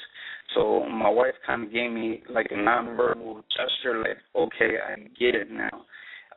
Everything that you've been talking about at work, in the medical field, social services, plus, your sibling working for the military. I mean, like, the stuff that, like, I was looking up the company that she works for as a subcontractor, and I mean, like, it's really deep.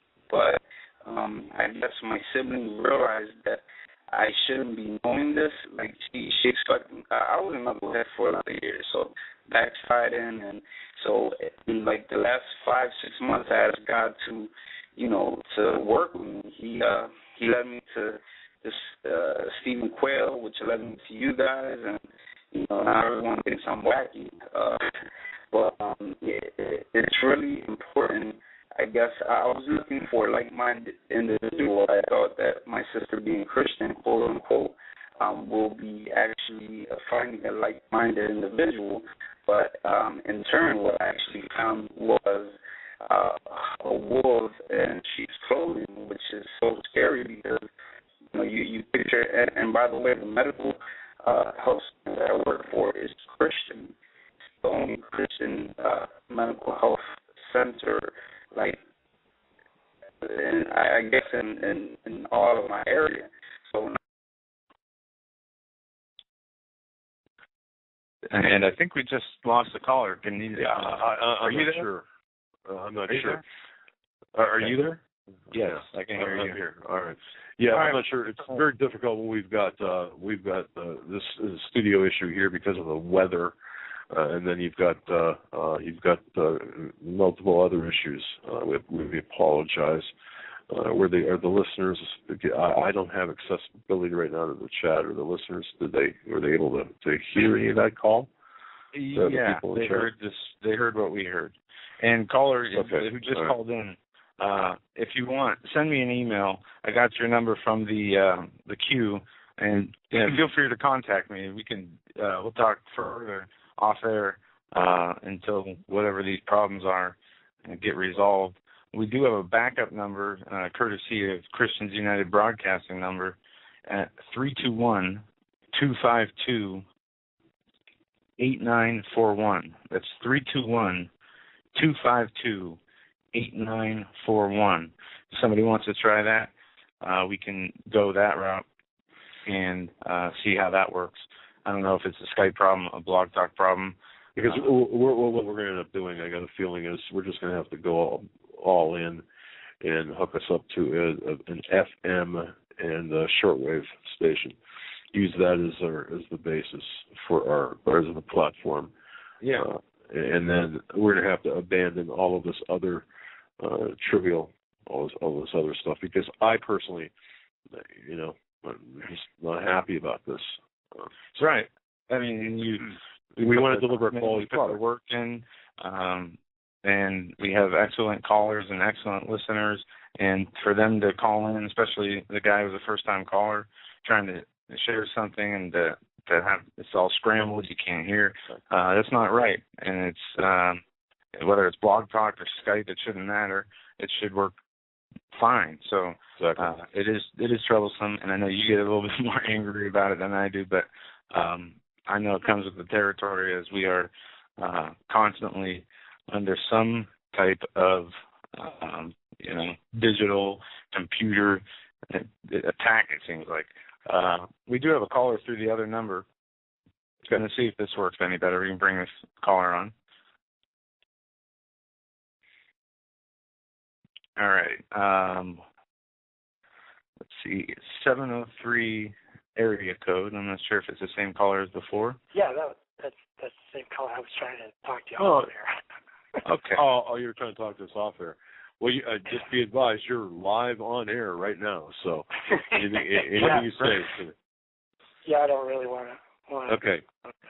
I could tell you about some strange stuff, but Well, I'll tell you what. If you want to do this, if you want to send us an email, really, there's no way we could talk off air during the show at this point. So, okay. Let me just mention a few things. And I used to work for ABC National News at one point. Okay. And, I've had some really strange. I'm a Christian, and so I noticed things from that perspective. And one of the things I noticed while I was working just before 9/11 was being at Andrews Air Force Base in the press room waiting for Bush to get off the plane, and I grabbed the Andrews Air Force Base Times, little paper, and the article caught my eye that was about the Chief of the Air Force at the time. I believe, if I recall, it was General Jumper, the Chief of the Air Force, and he played himself on Stargate SG-1 as himself while in uniform, while on active duty. And that kind of blew my mind. And in the article, General Jumper said he played himself while in uniform, while on active duty, because it was so true to life. He was referring to the show Stargate SG-1. I thought that was quite unusual. Stargate. Now, when you mentioned that Stargate, what are you talking about when you mention a Stargate? Well, the show Stargate SG-1 is all about the evil Goa'uld that go to worlds and take over worlds and get the local people, the population, enslaved. And these Goa'uld basically are just like fallen angels, where they can possess human beings, and from there on, you claim dominion on Earth through the offer of temptation and sealing up your agenda. Okay, yeah, because when I think of that, I think I had a conversation with Steve Quayle last week or the week before. He was saying, well, if you ever get a chance, the first 15 minutes of it, I think the name of the movie is Hellboy. I don't know. I think that's the name of it. Yeah, I've seen the Hellboy. Okay, it was on this weekend, and I was, like I said, in my delirium. I watched the first 15 minutes of it, and this portal type thing. Back in the Nazis were experimenting with portals and wormholes and such, and a portal was opened, and a Stargate, if you will, or a portal. I don't know if that's what you mean, but it's certainly. Well, Stargate SG-1 is a TV series that has that porthole thing in it. Okay. But the article was about the thing that's caught my attention, and I think is significant, is that why in the wide world of sport would a four-star general on active duty who's in charge of the entire U.S. military Air Force be playing himself on that show? Yep, exactly. And then saying in this article that I read in the Air Force Times while I'm waiting for Bush to get off the plane, this is a skull and bones freak that, is all about that same group of occultists that would instigate a New World Order borderless global agenda that mimics, the goal to Stargate SG-1. Wow. And you've got the general playing himself, and the scene is in the White House, and it's called, and the episode I believe was called "The Lost World." So the Gaul, or if we do it in the biblical reality, it would be Lucifer as the Gaul in the show. It is in the Oval Office, causing havoc. So you combine these kind of things when you're paying attention to what's going on with all that hard work that a guy like Tom Horn has put into, Apollyon Rising 2012, and then you see, here we are entering the new age of Aquarius, and they've got their whole global agenda, and you see all the stuff going on, and you look at the prophetic timing of it all, and you see these generals that are playing on shows like Stargate SG-1. I mean, and people miss that. Normal people miss that kind of thing. How in the wide world of sport would I ever even have come across that information had I not been in the press room waiting for Bush to get off the plane? I mean, there's just so many connections and revelations that I could tell you about that are similar to that, related to what's going on and how that you can connect all of this technology and surveillance. To me, I mean, that speaks volumes. Now, you work for a major news organization, international news organization, and you were in a position to see this. That's a legitimate question. Why do we have a military general, you said, right? Yeah, and there wasn't the four-star general of the Air Force, active duty chief of the Air Force, and he was the second guy to play himself on that show. I had no idea. And, I did my own background investigation on some of the Masonic stuff going on around here. I mean, I've been in places like the George Washington Masonic Temple in Alexandria, Virginia, and seen things that, if you go take a tour on there, if you go up into the cryptic room, there's a little cave-like room and has a painting of King Nebuchadnezzar, and King Nebuchadnezzar sitting on the throne. This is King of Babylon, and there's a man bound on his knees before him, which I assume is Daniel. And the tour guide, they don't do this anymore, by the way, probably because guys like me put it on the internet. But the tour guide would tell you some strange, dark sentence of what you see in the regular light, you don't see in the illuminated light, and they turn off the light, and now you're in darkness, and then they turn on UV or ultraviolet light, black light, and the painting that you saw of King Nebuchadnezzar is gone, and now you see these angels in UV black light. These are not the good angels, of course. These are the kind of angels that you would dedicate books to, like The Final Jihad, referring to the Knights of the Secret Circle. Those kind of angels who would, in the graveyard where you have Legion possessing a man, asking Christ, hey, are you here before the time? Those kind of, fallen angels. Those are the kind of angels that would be depicted as the Gaul, which would, ring true to why, an Air Force general would say something like Stargate SG-1, the reason why he played himself, because it's so true to life. So, wow. Wow. There's all kind of things like that, and if you connect all that with, the order of operation and how do you get $1.2 trillion up in the holding company in the World Trade Center of naked shorts and J.P. Morgan to disappear, along with $2.4 trillion in the DoD and the Pentagon to just disappear the next day after the head of the entire military, Rumsfeld, can't account for it. And this is a Pentagon that was, dedicated on 9/11. Right. And so you see these patterns, and you see the words spoken by people, and if you live anywhere near this area, and you come from that kind of a background where you can't help but see these things and run into them. I also think you've got to know which questions to ask.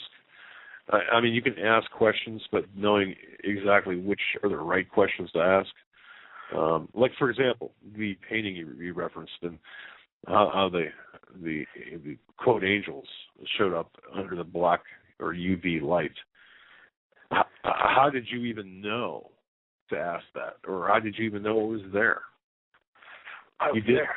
Well, okay, so you were. I went there because, what the root of your question is, what inspired me to go there and investigate this kind of stuff to begin with?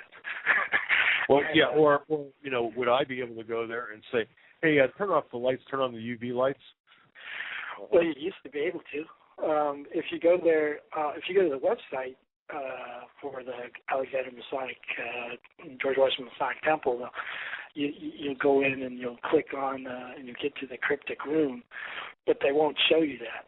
They'll show you the picture just of King Nebuchadnezzar sitting on the throne, but they won't even mention that they're going to turn off the light and turn on the UV light, and they stopped giving a free tour of that place, and they don't take you up into that room anymore.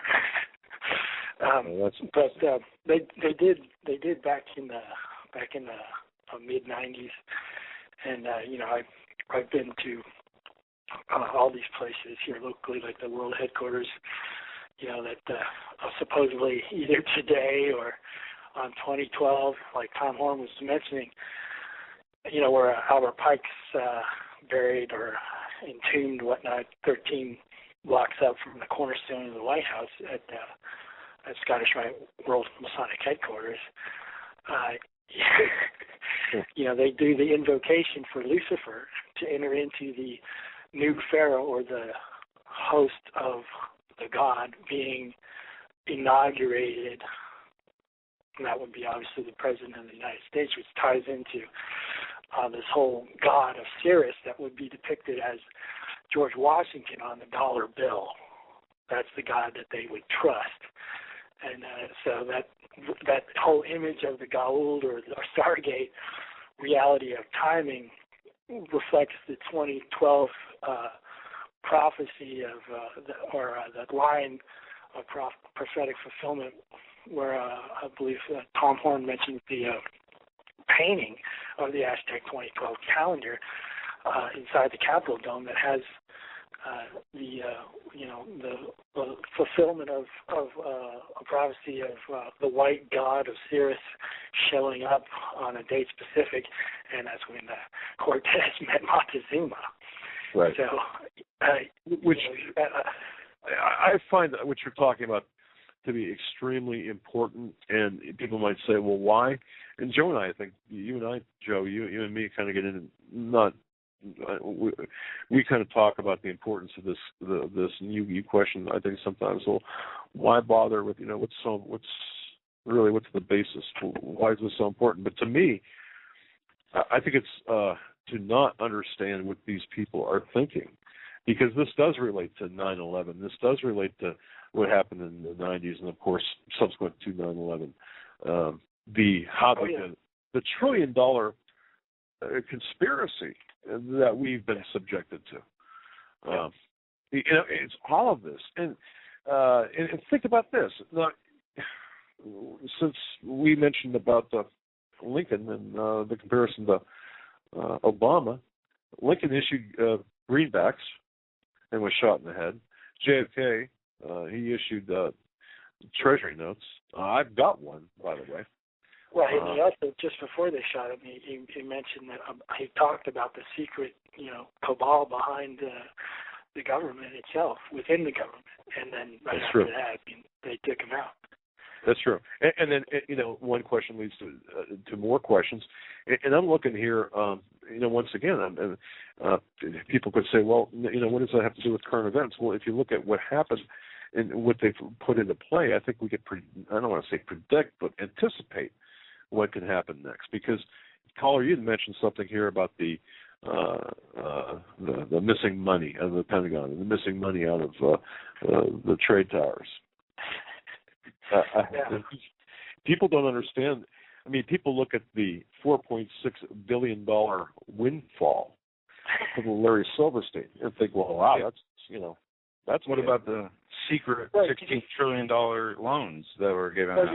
You look at who Larry Silverstein, who his friends were, and all the suspects.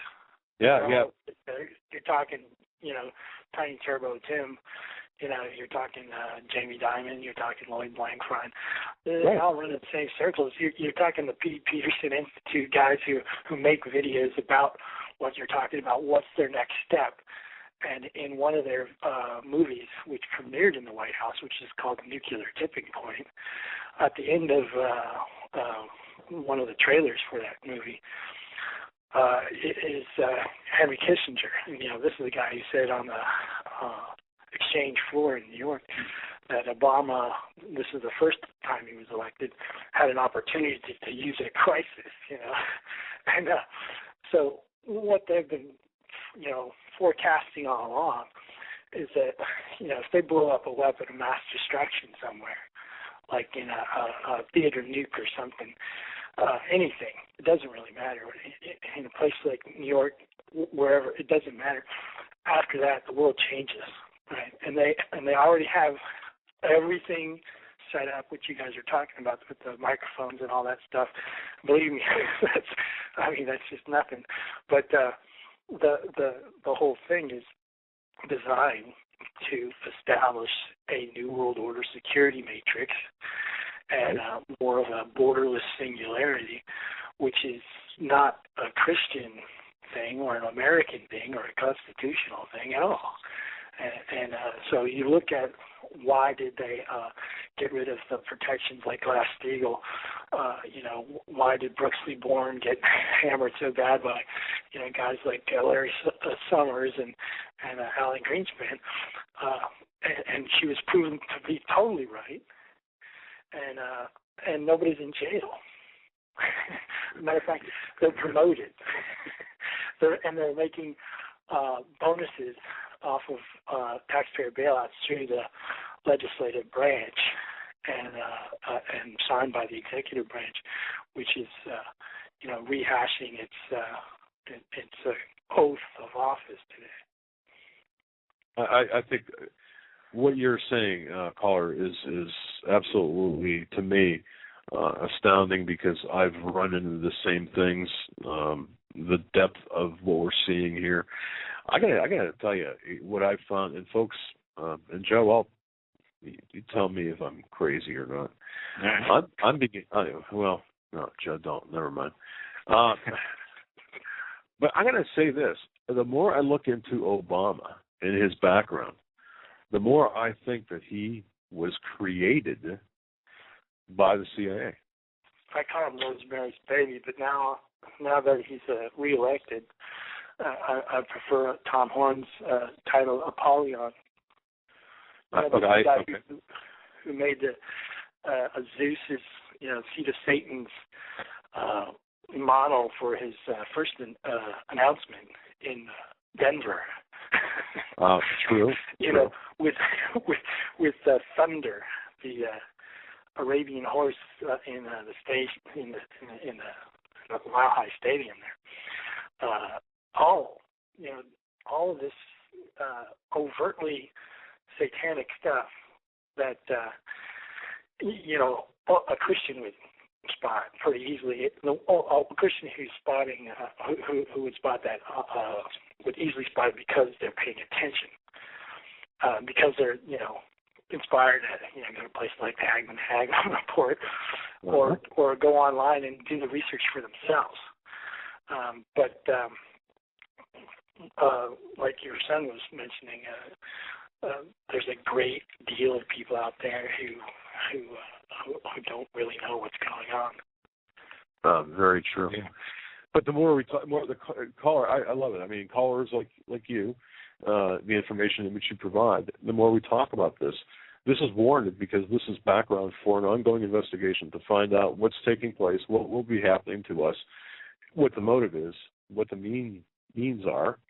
Well, I suggest you go check out the NPI movie, The Nuclear Tipping Point, and I suggest you go and you pay attention to what's going on in the Pete Peterson Institute, and pay attention to what's going on with all the people that are attending any of these meetings. There, like the Rothschilds.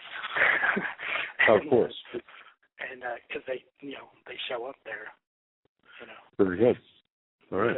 They're people who affect things at a level that you're looking for, to realize, how does the state of Israel get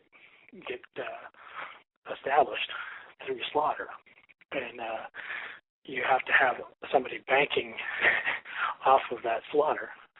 And this isn't to say that God isn't obviously behind the effort to restore order, but you have to keep in mind that just because our Father in Christ defines something doesn't mean that how it evolves isn't related to people who are completely deceived and people who aren't really deceived, who are actually worshiping fallen angels and doing right. Right. Yeah, and we have to be very careful because that's one issue there. I mean, we support Israel. We're 100% in support of Israel. Always have been, always will be. Citing, of course, the verse from Genesis. But we do understand that there is some, there's something that's beyond the spiritual that's going on. The way I like to put it in perspective is you have a counterintelligence, global counterintelligence reality at the core of the New World Order, and at the core is that if you really want to hold up a mirror to the offers that are being put forth in Israel or among all the nations, which you look to that Revelation, they're all out of order. Their offers are antichrist at the core. The resolutions. Is that what you're saying? I'm saying that everything in the Bible is true. Everything is coming true to this generation. There's no doubt about that. And how do you get to a point where your own country is betraying you, be it the United States or Israel? And if you look at the core, the root cause of it, it's the offer of the Antichrist. Right? They're going to deny Christ. Very good. Very good. I understand it. That's a good way to put it, too, by the way. Yeah. It's a simple way to do it. It's a real easy way. It's like, like Alex Jones, having some issues with Pierce Morgan and dare I say, idiots like that. The best way to deal with them is just put up a mirror in front of them. And, as far as their offer, what is their offer? Their offer is, in their case, dead children. A continuing of dead children. The offer, is it our Father in Christ, so life and light? No, it's death and darkness. That's right. So if you simply just put up the mirror image of what their offer is, it's easy to deal with these hellbound hosts that are completely unsealed. Yeah. Caller, I want to thank you for calling back in and talking as much as you did. We're up against the top of the hour break. I appreciate it. Yeah. Thank you. Yeah, anytime. I as far as talking about why I run into these kind of things, that would be something I would. Well, I think we've got some pretty good insight into that, don't we, Joe? Yeah, definitely. Okay, right. Well, you're doing your work. All right, have a good one. Thank you. Good night. All right. Interesting. You're listening to the Hagmann and Hagmann Report. I think we're going to try to do this without taking any callers on our end on Blog Talk for the third hour. We still have a lot of news we got to get into. Folks, this is January 21st, 2013. The second part of the Obama administration and what they're going to be carrying out. We have more information on that on the other side. You're listening to the Hagmann and Hagmann Report. We'll be right back. If you're stumped, you don't know what kind of gift to give to a friend or a loved one, I'm telling you, you must go to 4physics.com. That's the numeral 4, PHYSICS.com. This is your one-stop shopping palace. That's the only way I can put it. I could spend easily an hour on this website. Innovative, fun, educational. There are games, books, weather instruments, unique time-telling devices, jewelry, optical devices, laboratory equipment. Let me give you an example. We all know we can tell time with a sundial. You've seen those advertised. Did you know that you could tell time by the stars? At 4physics.com, you can buy a horologium nocturnum. This was a navigational device used in the 15th century by navigators at night to tell time by the stars. It's beautifully crafted in the shape of a pendant made of bronze and pewter or gold and silver. Absolutely a stunning gift. I would be proud to give it to anyone. You must go to 4physics.com. Even if you're not stumped, that's 4physics. That's the numeral 4, PHYSICS.com.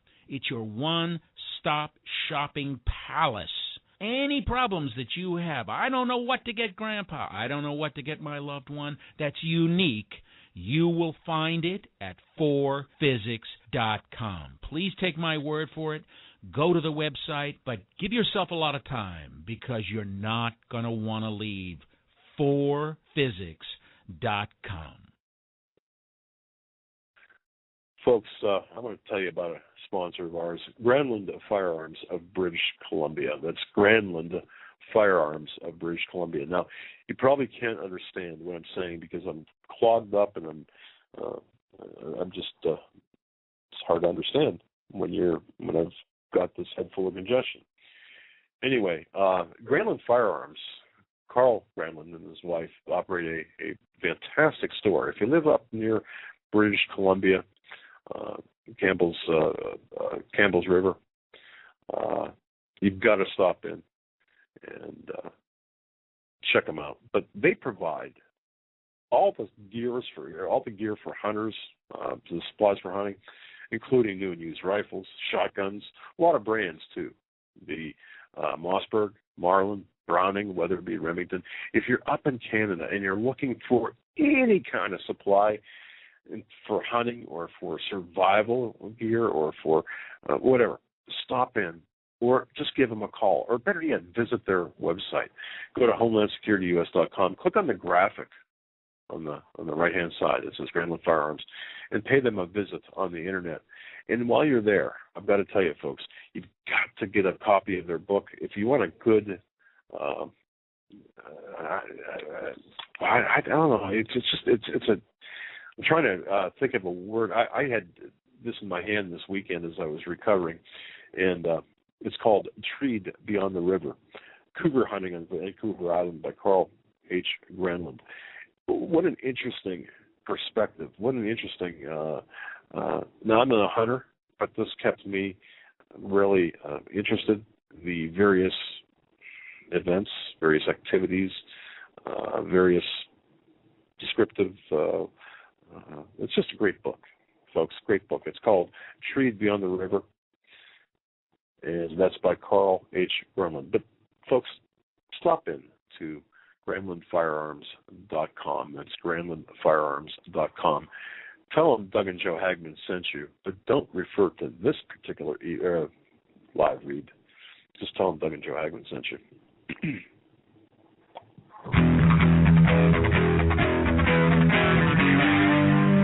Doug Hagmann. One guy that doesn't need a bullhorn to get your attention. You want answers! I want the truth! You can't handle the truth!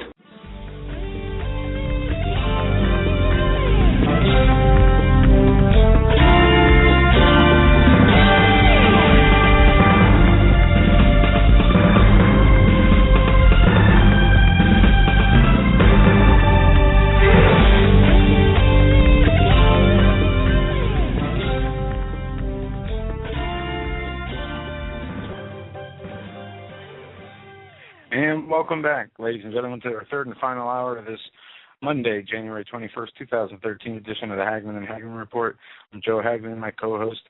Back almost at 75% is Doug, and you didn't do a recalculation on that. Not even close. But yeah, sorry for messing that up. We have a big show coming up Wednesday for you guys that joined us late. We're going to have a show entitled Genetic Armageddon with Steve Quayle from 9 to midnight, Wednesday night, 23rd. Genetic Armageddon. Did you say that? Or did... Yes, Genetic Armageddon. Is it Genetic Armageddon Unleashed, or? Genetic Armageddon has arrived. Okay. And wait till you see what's coming next. Okay. I want to hit some news here. This is funny when you think of what Obama said today at the inauguration. Russia is moving to enact anti-gay law nationwide. Kissing his boyfriend during a protest in front of Russia's parliament earned Pavel Sembrov 30 hours of detention and the equivalent of a $16 fine or charge of hooliganism. But if the bill that comes up for the first vote later this month becomes law, such public kiss could be defined as illegal homosexual propaganda and bring a fine of up to $16,000. This legislation being pushed by the Kremlin and the Russian Orthodox Church would make it illegal nationwide to provide minors with information that is defined as propaganda of sodomy, lesbianism, bisexuality, and transgenderism. It includes a ban on holding public events that promote gay rights. St. Petersburg and a number of other Russian cities already have similar laws on the books. Now, what does it tell you when you have Russia acting more Christian than America? You know, I wish Kathleen Keating was still around, accessible, because Kathleen would have a lot to say about this. Kathleen Keating, the author of a number of books. Offhand, I've got them all. Can we trade like the movie Trading Places? Can we trade presidents? Or, I mean, I'd much rather have whatever his name is, the president here, if he's going along with the church, and that's his true intention behind this, and that's the real agenda behind this, to keep his nation morally okay, to keep it on the right track. I understand it's a different nation, communist nation per se, but you see something's right. But people have to see where this is coming from. The progressives, the far left, they're so we're going to be tolerant of everyone. If you're a homosexual, fine. This is great. Let's celebrate your homosexuality. Now, you've got. This goes on to say, and this might have something to do with it, lawmakers accused gays of decreasing Russia's already low birth rates and said they should be barred from government jobs, undergo forced medical treatment, or be exiled. Right. And that's that next step. Communists are not going to embrace homosexuals. They're not going to do it. If you think that they are, if you think that a communist, a one world order, New World Order with a communist infrastructure is going to embrace homosexuals, or you're Tommy Two out there. I guess I was irresponsible for me to say, but or if you're a homosexual, believing that the communist model will allow you to exist in that system. It's not going to. And so you can see it happening. Russia's talking against homosexuality now. I mean, we're not.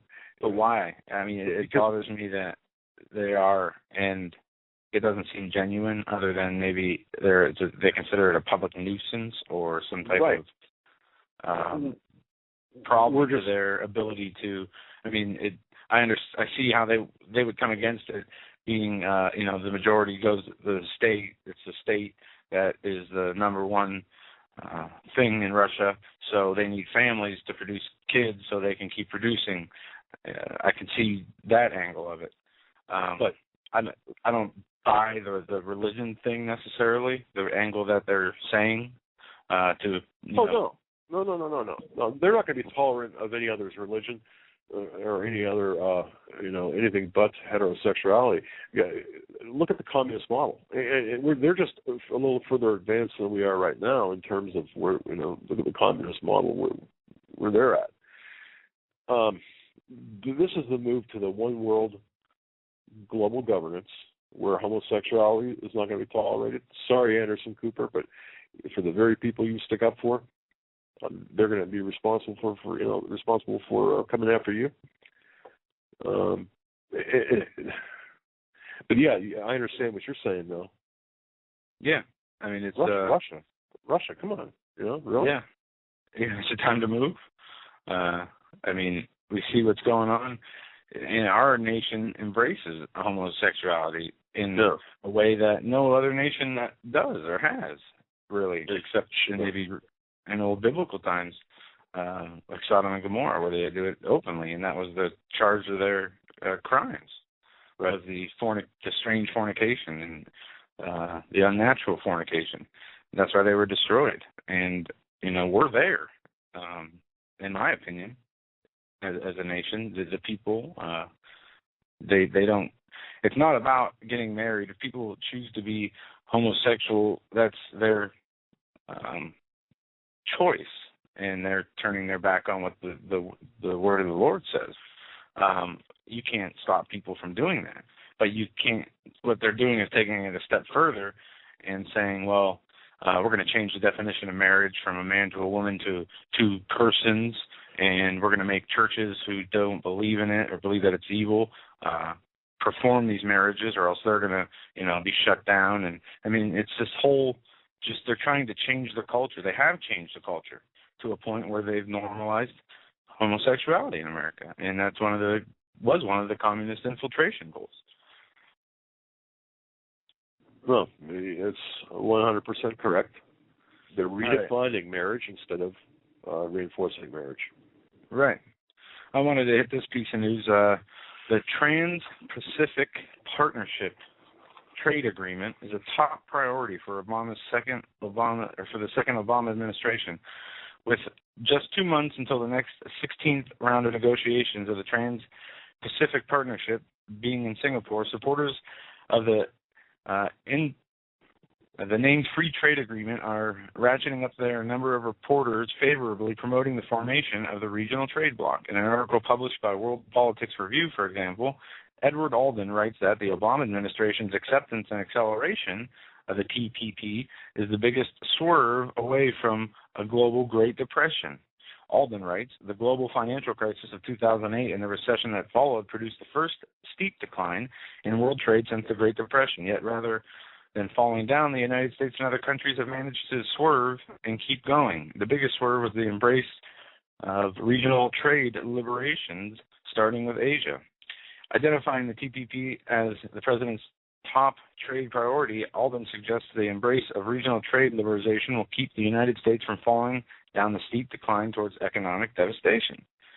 Then, those unfamiliar with the hows and whys of this Trans-Pacific Partnership, the Pearson Institute for International Economics has published a monograph by Jeff Schultz, Barbara Kotzvar, and another lady named Julie aimed at unraveling the complicated trade deal by providing a reader's guide to the TPP initiative. And it says, how like are the countries One means of comparison shows an otherwise uncrossable chasm between several of these countries that want to get involved in this deal. Below are the gross domestic products and world rankings of 2011 as reported by the IMF. The United States ranks first with a GDP of over 15 trillion, Canada second at 1.7, Australia 1.5, Mexico 1.2, and then it goes into Malaysia, Singapore, Chile, Peru, New Zealand, Vietnam, and Brunei. It says the math doesn't lie. The total GDP of the 10 other countries equal roughly one-third of that of the United States. A relevant question is whether the partnership of these countries will result in a strengthening of their economies and a weakening of ours. Admittedly, a country's GDP is one of many relevant metrics that could be used to compare relative global economic position. The irrefutable fact, however, is that when looking at just that, it is evident that the Obama administration is somehow willing to lie or to tie the economic prosperity of the United States to much weaker countries. And it goes on from there. And we know about the North. But we can't look. This did not start with Obama. This began under Bush. This began under the Kissingers, Brzezinskis, the founders of these international bodies that create policy for the leading countries of the world. But, and I mean, what they are doing is they're like the NAFTA. They said what it would strengthen our economy so much. What did it do? It got all these jobs shipped out of our country. Exactly. What are they doing now? Jeep and Chrysler are getting all these bailouts and loans and money from the Federal Reserve to build factories in China. It's not helping the American job situation. It hasn't improved since Obama took office. Nothing has improved since Obama took office. Nothing will improve as long as he is in office. And whether it's guns, or the economy, our free speech, our privacy, everything's going to get worse as long as this man and those Satanists behind him continue to push this agenda. And it's not going to stop. Nothing Obama can do will get him thrown out of there, impeached, put on trial. We're headed on a crash course to internationalism enforced by a loving humanitarian United Nations that will come into your town like they just did in Brazil and put a gun to your head and tell you have to leave. And if you don't, well, you'll be dead. And that's what they're planning on doing. And they're doing it at the expense of their own people, which is us. And it is very wrong. But who's going to stop it? How can it be stopped? It's absolutely crazy. Then we get into the United States and the West facing decades of conflict in North Africa. I mean, how many enemies can we create to the point where people are going to sit back and say, yes, we need 20 years of war in North Africa? I mean, what justification do you even have to be there in the first place? You overthrew the governments. You created the problem. Now you're saying you need 10 years, 20 years of war to fix it? It is just beyond the comprehension of a normal person who works every day and comes home to watch Fox News or MSNBC or whatever their, political allegiances lie news agency, and they just don't understand what is going to happen. I'm going to play a clip here. I don't know why this was aired on Bill O'Reilly or why he was allowed to say it, or he might have been told to say it, but he said it, and it's about the dollar collapse, and this is what he says. Hi, I'm Bill O'Reilly reporting tonight from South Florida. Thanks for watching us. Are we the people responsible for the chaos that is enveloping America? That is the subject of this evening's Talking Points memo. The folks are indeed responsible for the government they get. Germans could have thrown Hitler out. They did not. Russians fought hard for Stalin. The Chinese surrendered to Mao. The Cubans allowed Fidel Castro to take away their liberty. The folks are responsible.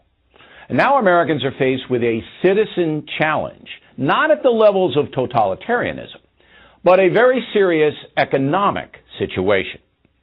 Yesterday, the Government Accountability Office, the nonpartisan investigative arm of Congress, released its annual audit of the U.S. government. The report covers the fiscal years 2011 and 12. The conclusion of the report is this, quote, Absent policy changes, the federal government continues to face an unsustainable fiscal path. Let me repeat that.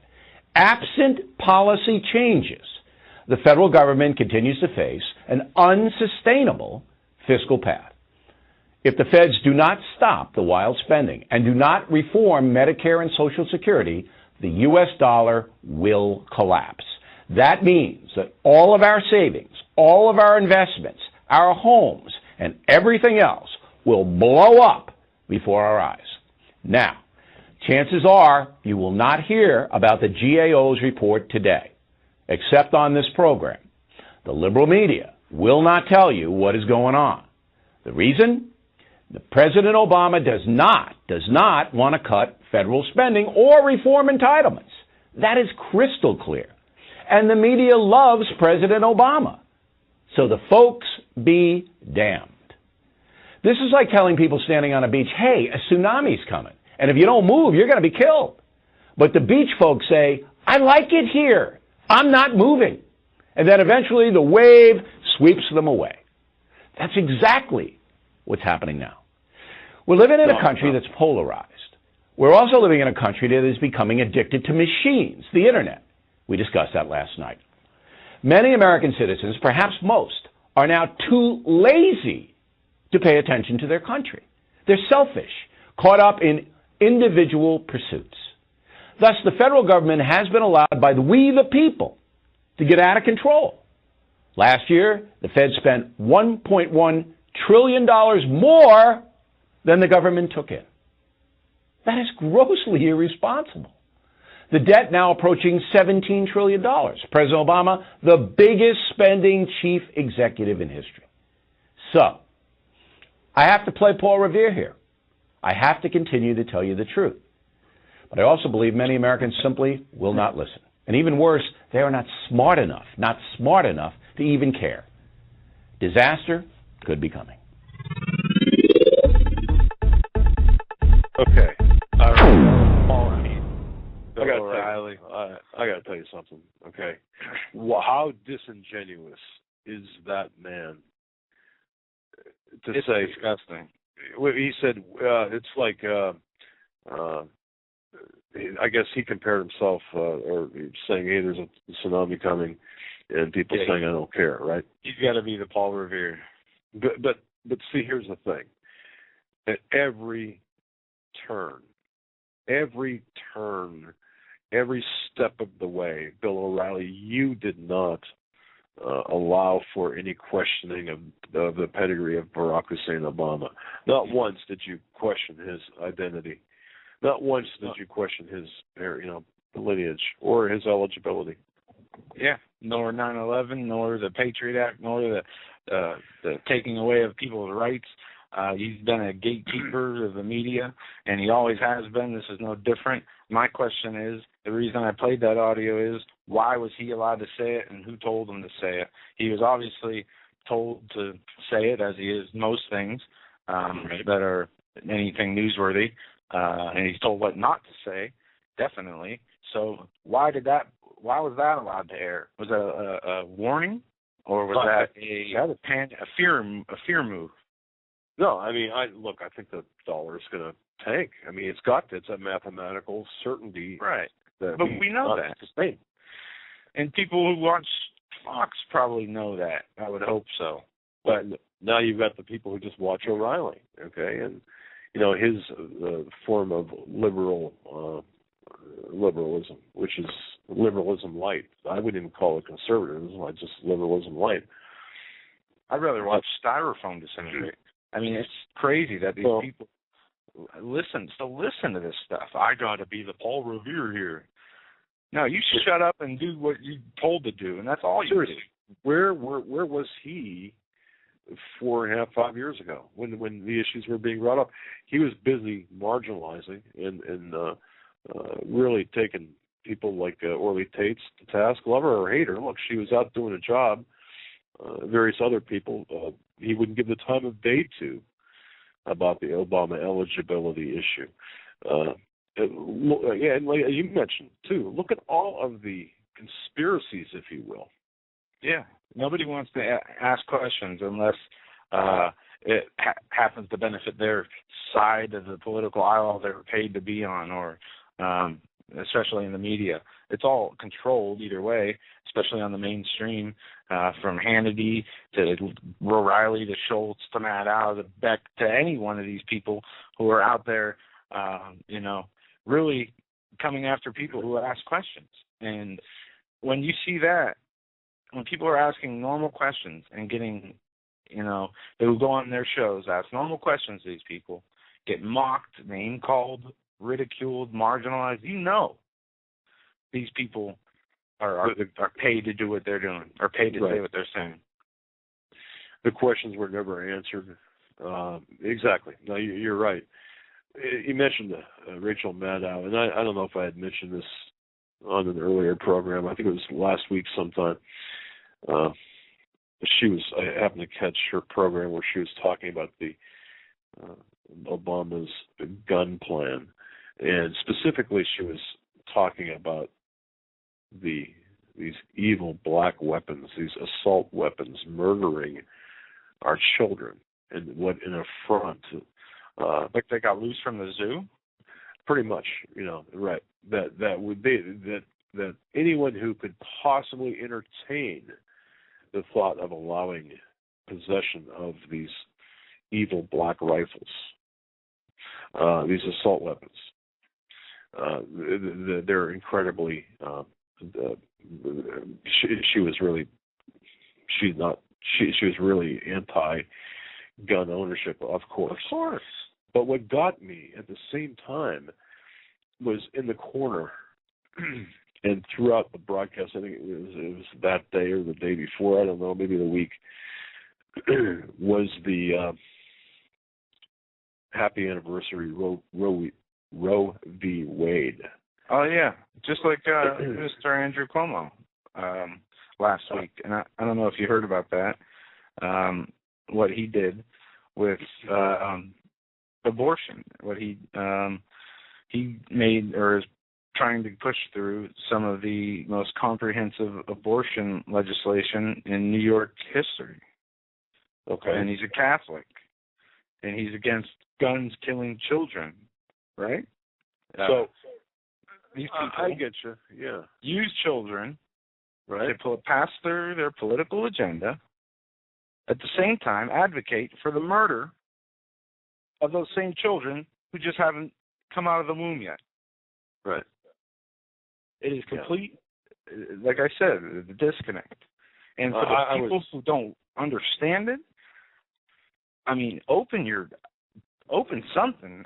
What is it going to take? If you can't see, this is the article, Andrew Cuomo's Brave New Roe. New York State's Catholic governor pushes on-demand abortion legislation that, if not enforced, would put Catholic hospitals and many state-funded ministries out of business. New York Governor Andrew Cuomo is flexing his political muscles to give abortion advocates their biggest state victory in 40 years since Roe v. Wade, a sweeping expansion of abortion law that, if enforced, could put Catholic hospitals and many state-funded ministries out of business.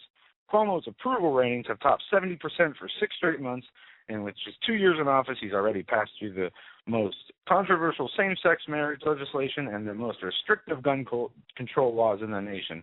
Cuomo, who is a Catholic, now is setting his sights on succeeding where governors in the past 6 years have failed, passing the proposed Reproductive Health Care Act. See, what a nice sounding name. It almost sounds like reproductive healthcare. And if you are anti-abortion, you're anti-women's reproductive rights.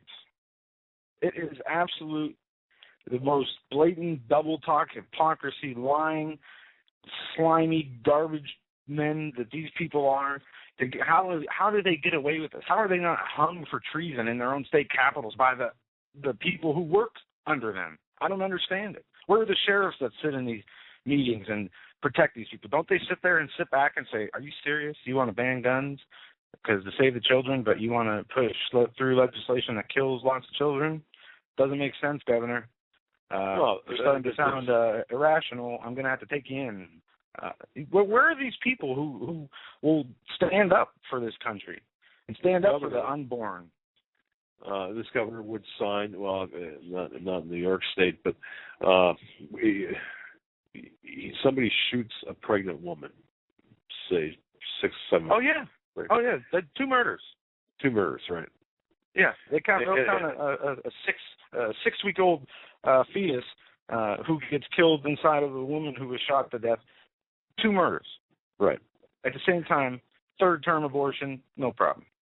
So it's fanticide or whatever. No, what happens? Abortion. Now here's a question we need to really entertain here. What would happen if, because of the social policies of these erratic social policies, you have picture this now. You've got this high school in the state of New York, and in one of the classes, let's say it's a junior or a senior. We'll say it's a senior chemistry class.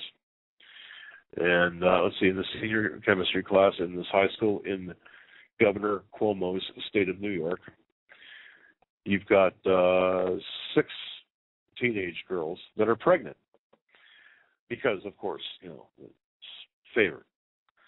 And somebody walks in with an assault weapon and shoots, 6 women or 6 girls that are pregnant. What, all the girls lived and the babies died? No, I'm just thinking, well, no, wait. No, it's okay, so it really shouldn't be that big of a problem, right? I mean, especially if the 6 were going, right, we'll say they had appointments for abortion. Yeah. I mean, okay, so wait. They just did the state's work and saving money. Yeah. I mean, I guess I'm really getting the absurd part of this, the absurdity to this. I mean, it really, it makes me real mad to go through this, and I'm reading article after article ahead of the ones I already I'm talking about, and sure, I'm just going to take it a step further. Obama talking about one of the main goals he's going to put on center stage is climate control. The most prominent policy vows in his second inaugural address is setting in motion what Democrats say will deliberately be paced but aggressive campaign built around the use of his exercise power to sidestep congressional opposition. We will respond to the threat of climate change, knowing that the failure to do so would betray our children and future generations. Mr. Obama said Monday night at the start of the 8 sentences on the subject, more than he devoted to any other specific area. Some may still deny the overwhelming judgment of science, but none can avoid the devastating impact of raging fires and crippling drought and more powerful storms. It goes on to say that Obama is going to be working with the centerpiece of the Environmental Protection Agency to clamp down on further emissions from coal-burning power plants under regulations that still are drafted and likely to draw legal challenges. The administration plans to supplement that step by adopting new energy efficiency standards for home appliances and buildings, a seemingly small advance that can have a substantial impact by reducing the demand for electricity. Those would echo the sharp increase in fuel economy that the administration required from automakers in the first term. The Pentagon, one of the country's largest energy users, is also taking strides toward cutting the use and converting to renewable fuels. What are they trying to save the planet for? For all the kids they want dead? So clean places to bury the bodies? No. Do they really care about the environment? No. This has to do with government, another government agency, the Environmental Protection Agency, who's already been using drones to spy on farmers, giving power to Monsanto to where you can't even get organic milk or food in some parts of the world or country anymore. You can't decide what you eat anymore. The government decides that you're going to eat poisoned, sterilized crops, and if you don't like it, well, you go to jail. Now, and this is something, Joe, I want to get into. I want to take a program and really get into this, and maybe more than one program. Well, I want to take about the GMO, about the genetically modified foods.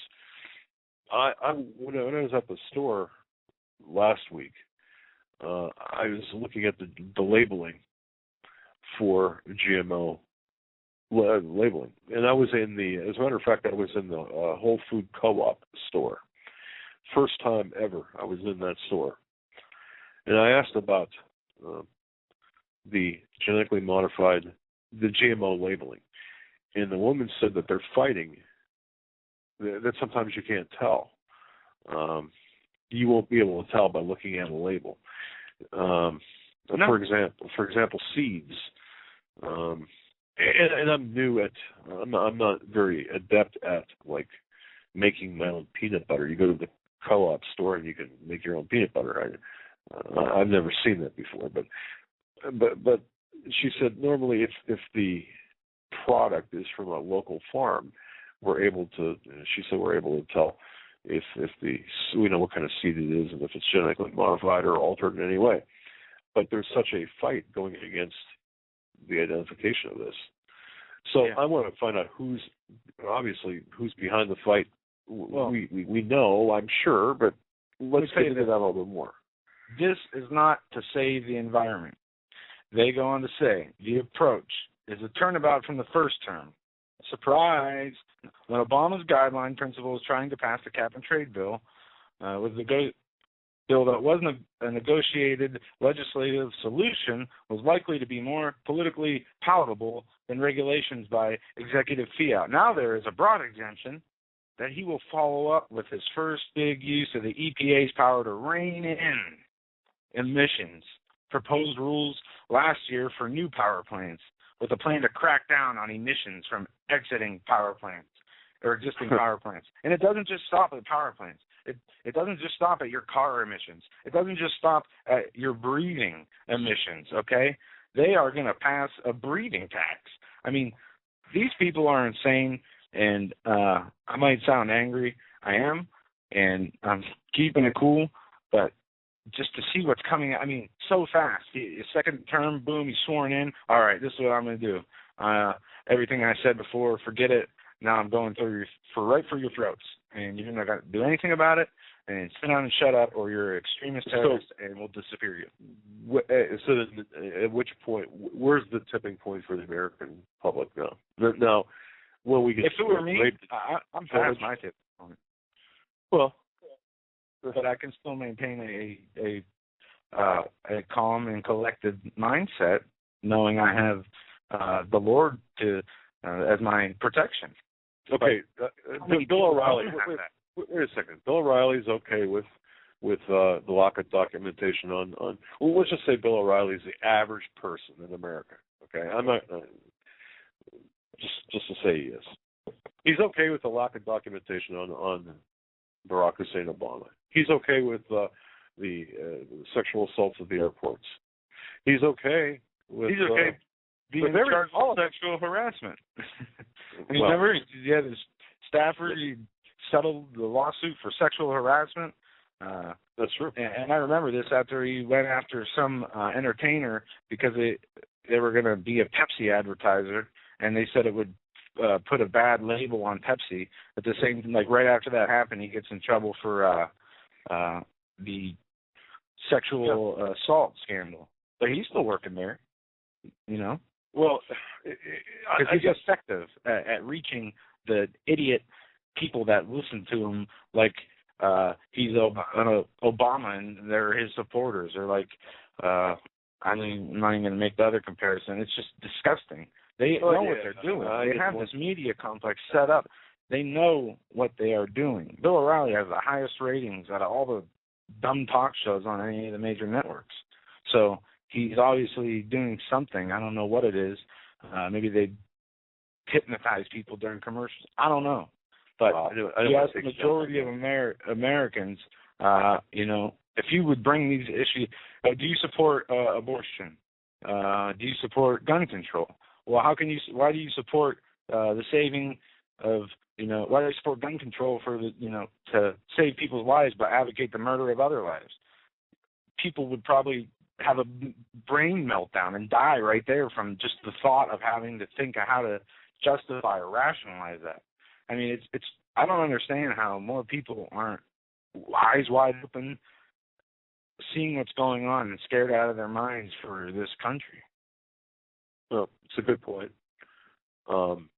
I just want to deliver. I just have this one thing to say too. It seems like a non sequitur here, but it's not. You know, we're talking about the globalist agenda. You're talking about the, you know, people like O'Reilly, and there's other people like Joe Scarborough, for example. Morning Joe, right? Yeah. Okay. Dead staffer. Yeah. Lori Klazutis. Remember that, Joe? Remember her? How many people out there remember the 28-year-old girl that was found in the office of, at that time, Representative Joe Scarborough from Florida? Okay, I want to know. I want to know. Now, of course, the autopsy findings, the medical examiner's office said, no, there's no indication of foul play or suicide. Everyone dropped the story. That was August of. He dropped his position. Right. He quit. And of course, you know, no one's asking questions about what happened here. And we have other deaths from. Now, at that time, too, the same time, too, was Gary Condit. I'm trying to think of her name. Joe, help me out here. What was her name? I don't know. Who? Which one? Gary Condit. Ashley Turton? No. This goes back into 2000 or 2001 as well. That disappeared. No, okay. Anyway, I'm not 100%. Senator Wolfowitz in his plane crash. Do you remember the talk about a Democratic senator? You mean Wellstone? Or Wellstone, yeah. Well, who did I say? Wolfowitz? Yeah, that's the neocon PNAC person. Yeah, Wellstone. He was died in a mysterious plane crash after coming out against Bush, where they said they were, they better be careful. People might die. I mean, we have a mafia worse than a mafia-style government. I mean, and what makes it even worse than that is the people refuse. I mean, what are these Catholic institutions in New York going to do? Are they going to let this happen with Cuomo? Are they going to let him push through? I mean, what he is proposing, late-term abortions, green light. Cuomo's bill removes criminal penalties for third trimester abortions by adding a broad health exception. Current state law allows such late-term abortions if there is only a danger to the mother. Chris Slattery, director of the Expectant Mother Care Pregnancy Center in New York City, said the new law will make New York City late-term abortion capital of the world. It's going to open up a third trimester market. It's going to be huge. People all over the world, not just in our state, are going to be coming to New York to have these late-term abortions. Oh, man. There's. I'm not going to put the link. I don't have the link. A Catholic? Yeah. Joe, I'm not going to put the link up, but there's a link to surgery being done on I don't know, I think it was 8 months, 7-month-old. Folks, you might have seen it. It's a slideshow where the surgeon is actually operating in utero to remove, I believe it was either a growth or something off of the, I think it was the mouth of this infant, this unborn child. And at that age, maybe it was 6 months, but at that age you could see the baby's hand and little fingers that were not really 100% formed yet, grabbing at the instrument that was being used to take the growth off. And I thought, wow, I mean, think about that. Obviously, that was being done for a legitimate purpose to remove a growth, but this is what, folks, think about what these people, and they know this. In their minds, they know that this is horrific blood sacrifice, yet they're okay with that. And Cuomo, and you're okay, I'm okay with you, and the rant against Cuomo, somebody needs to bump him into the river and start floating to a different nation. I mean, look at there's some good news here. Alabama Supreme Court recognizes unborn as children. The decision could have significant implications in ending abortions in the U.S., according to pro-life advocates. I doubt that. That's what the headline says. Alabama Supreme Court decision recognizing the unborn as persons deserving of legal protections could have significant implications in ending abortions in the U.S., say pro-life advocates. The Alabama Supreme Court has dealt a massive blow to the constitutional fraud of Roe versus Wade by recognizing that a preborn child is a person, said the Personhood USA legal analysis Gualberto Garcia Jones in a statement. On January 11th, the Alabama High Court ruled that an unborn child is protected by the state's chemical engagement law. The case involved two women who placed their unborn child at risk through the use of illegal drugs during pregnancy. One of the women acknowledged that she had smoked methamphetamines 3 days before her son was born prematurely. The child died 19 minutes later of acute methamphetamine intoxication. Under Alabama law, it's a crime to chemically endanger a child by exposing him or her to a controlled substance. The woman's attorney argued that the chemical endangerment law does not apply to unborn children. However, the court disagreed, observing the only major area in which unborn children are denied legal protection is abortion.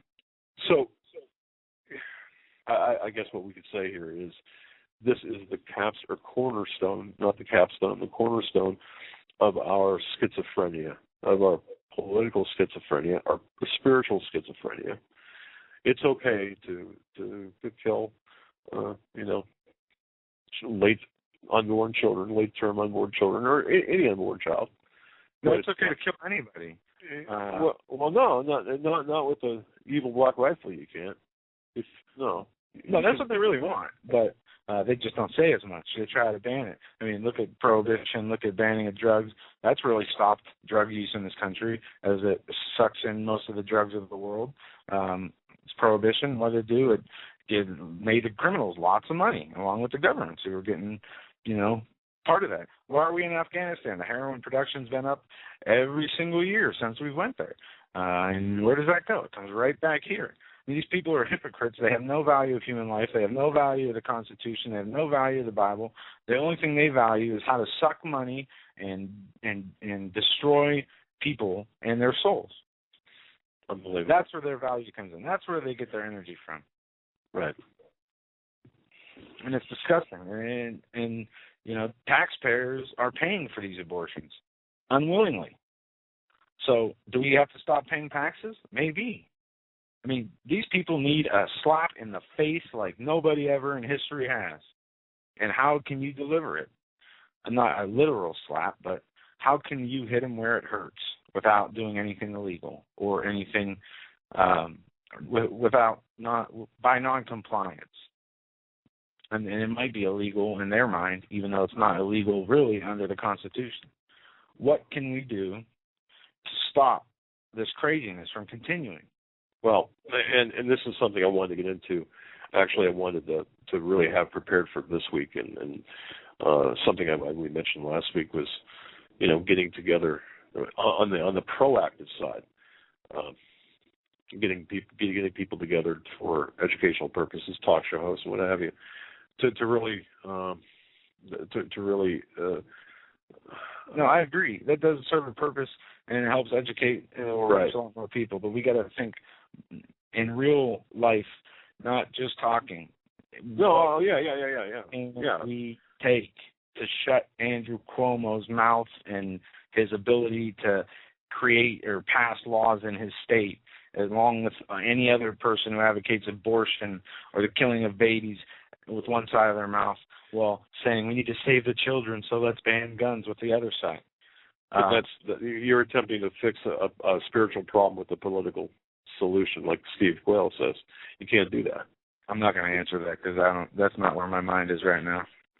You're in a bad place then, right? Yeah, I'm getting kind of angry that they're going through all this stuff and reading. I mean, just the stuff that keeps coming out of the inauguration and the things that Obama keeps saying. I was going to name the show Obama Unhinged or Obama 2.0 Unhinged, because I know this is what's coming. It doesn't matter what the people think of them. He could have a 0% rating. He's still going to do what he's going to do. Watch the State of the Union address. That's when things are really going to take off. Now we saw the inaugural address today, some inroads were made, like you mentioned, the reference to gay brothers and sisters. Watch what happens. Watch the contents of the State of the Union. I guarantee you the agenda will be much clearer by then. I believe February 10th? No, I think they did it for what's Lincoln's birthday? I don't know. I think they made it on Lincoln's birthday, if I'm not mistaken. I could be wrong. Once again, there's something not right with that. I keep saying stuff like that, but I really think we have to take a look at the reason for these dates, these times, these locations, these events. So Lincoln's birthday. Is that what for this? I thought the State of the Union was actually. I'll find out right now. Required by law. It was a date required by law. I could be wrong, but it's okay. Yeah, if you can help me. Okay, 2 days ago, State of the Union, CNN. Let's see what they had to say. Okay. All right, next 4 years, State of the Union. This is from yesterday. Former Democratic Senator Russ Feingold and Newt Gingrich are in this video together giving an analysis of Obama's next 4 years. And I don't see a reference to a date. I don't know if anybody in chat hasn't put up an answer there for the State of the Union, February 12th. Lincoln's birthday is February 12th. Okay. So we know that Lincoln's birthday is February 12th. And I guess State of the Union 2013 date will probably be February 12th. February 12th, 2013. State of the Union. Okay. Surprise. Like I said, is this in quotation marks coincidental? The date. In other words, I believe the State of the Union address is to be delivered by the President of the United States on a certain date. All right? Well, there's a Wikipedia page about it, but it was last modified on January 7th, so they probably changed whatever. Well, I don't. Yeah. But that said, did this year's State of the Union address happen to fall on Lincoln's birthday? Let's see here. Well, okay, all right. Reagan was the only. Okay, here it says here. Ronald Reagan was the only president to have postponed his State of the Union address on January 28th, 1986. He planned to give his address, but after learning of the Space Shuttle Challenger disaster, he postponed it for a week. I thought the State of the Union, if I remember correctly, was supposed to be like the last Monday or Tuesday of the month. I could be wrong. I don't. But yeah, there's a lot we need to look into with this Lincoln connection because obviously, if he wants to liken himself so much to Lincoln, there is something there, and it's not him alone. Here we go. U.S. State of the Union 2013, Capitol Complex. The U.S. President presents his annual State of the Union address to the Congress. This year, President Obama picked the day of Abraham Lincoln's birthday for his special speech. According to the White House press secretary, 2013 speech is an opportunity for Barack Obama to outline his proposal for immigration reform. According to Article 2, Section 3 of the U.S. Constitution, the President shall, from time to time, give Congress information of the State of the Union and recommend to the consideration such measures as he shall judge necessary and expedient. The address has become one of the main forms of communication between the President and U.S. citizens. Since the invention of radio and television, the speech has been broadcast live on most networks in the country. The first regular messages to the Congress were delivered by George Washington on January 8, 1790. 4 years, the speech was called the President's Annual Message to Congress, but the name changed officially in 1947 with Franklin D. Roosevelt was the first to use the current name in 1934. All right, that didn't tell me anything. No, that was just a basic thing. This article here from Chicago, Obama to deliver State of the Union on Lincoln's birthday from January 14th, says every president wants to associate himself with Abraham Lincoln, especially now that he is a firm star At Sunday night's Golden Globes, Bill Clinton introduced a clip from the movie Lincoln. And next month, President Obama will deliver his State of the Union address on February 12th, Lincoln's birthday. The idea actually originated with House Speaker John Boehner. Every year, the Speaker invites the President to address the joint session of Congress. Boehner sent this message to Obama. Our nation continues to face immense challenges, and the American people expect us to work together in the new year to find meaningful solutions. Speaker Boehner writes in a letter to Obama inviting him to deliver the address. This will require a willingness to seek a common ground as well as a presidential leadership. For that reason, the Congress and the nation would welcome an opportunity to hear your plan and specific solutions for addressing America's great challenges. Therefore, it is my privilege to invite you to speak before a joint session of Congress on February 12, 2013 in the House chamber of the U.S. Capitol building. Right. So Boehner is the one that said, all right, you should do it on that date. Well, we can only hope that. I don't know. What's it going to be? It's going to take an act of the Lord to get rid of this evil. Obviously, if we try, if we even talk about it like we are now, we're enemies, considered terrorists. If people tried to march on Washington, I have no doubt they would be drone striked. They would be the easiest targets. You put together 5-10 million patriots who just want constitutional rule, and you get them together. That's one of the easiest ways to get rid of them. As sad as that sounds, it's realistic how they think. It is going to take more than, like Steve says, there's no political solution. It's going to take more than what we can do. It's going to take us to rely on God and to ask Him to take action, whatever is necessary, and to guide us with His actions. Right. And I don't see any other way around it. Sadly, I don't either. I mean, sadly to the extent that we've allowed it to go this far. I think what we really need to do at this point is decide what we're going to do when things break loose. We're going to have to make some very difficult decisions in the short term, and this is something I would recommend talking to your family about. When the knock on the door comes, when you are going to be required to register your firearm.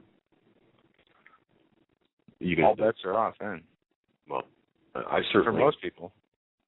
Well, I would hope that to be the case, because we know what happens.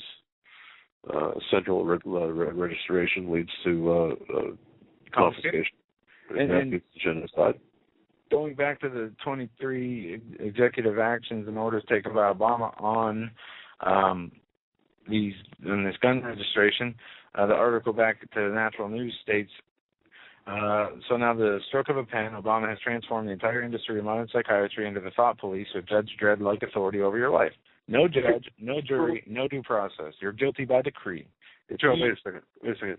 Didn't my VHS insider guy, didn't he say something about using the, didn't we have some information about using the Obamacare or the healthcare system to go after our guns long before the shooting in Newtown? Yeah, we talked about, he said the Civil War was coming and there was going to be plans that could change, if I remember correctly, on ways to get that thing starting. What about the guns? Because I think we have, going back to look at the VHS Insider, I think a lot of what he said was absolutely true. I think the timing was off a bit, but I also think that I have to go back and look. But I also believe he stated that the gun grab, if you will, is going to be carried out through via the healthcare system, and of course, what's the enforcement of the healthcare system? It would be the IRS agents, right? Yeah. The CDC, the health agencies, the individual doctors. And it ends with this. America has entered a phase of runaway delusional insanity. And remember, they put the psychiatrist in charge. If this isn't the epitome of putting the medical patients in charge of the insane asylum, nothing is. And that's an accurate statement. Folks, we reached the end of the program. I want to thank each and every one of you for joining us tonight. Tomorrow night we will be back here live 8 o'clock, and Wednesday night a special show with Steve Quayle, Genetic Armageddon, and that will be from 9 to midnight. God bless each and every one of you for being with us tonight. We're sorry about the phone problems. We hope it gets better tomorrow, and if it doesn't, we will rip the phones out and put new ones in, even if it means driving the Blackhawk servers. No, I don't mean at our end. Oh yeah, we've done so much to try, but I want to thank you guys for putting up with my nasally sound and my ranting. Yeah, that's true. God bless each and every one of you. We'll see you tomorrow night. Have a good night. Good night.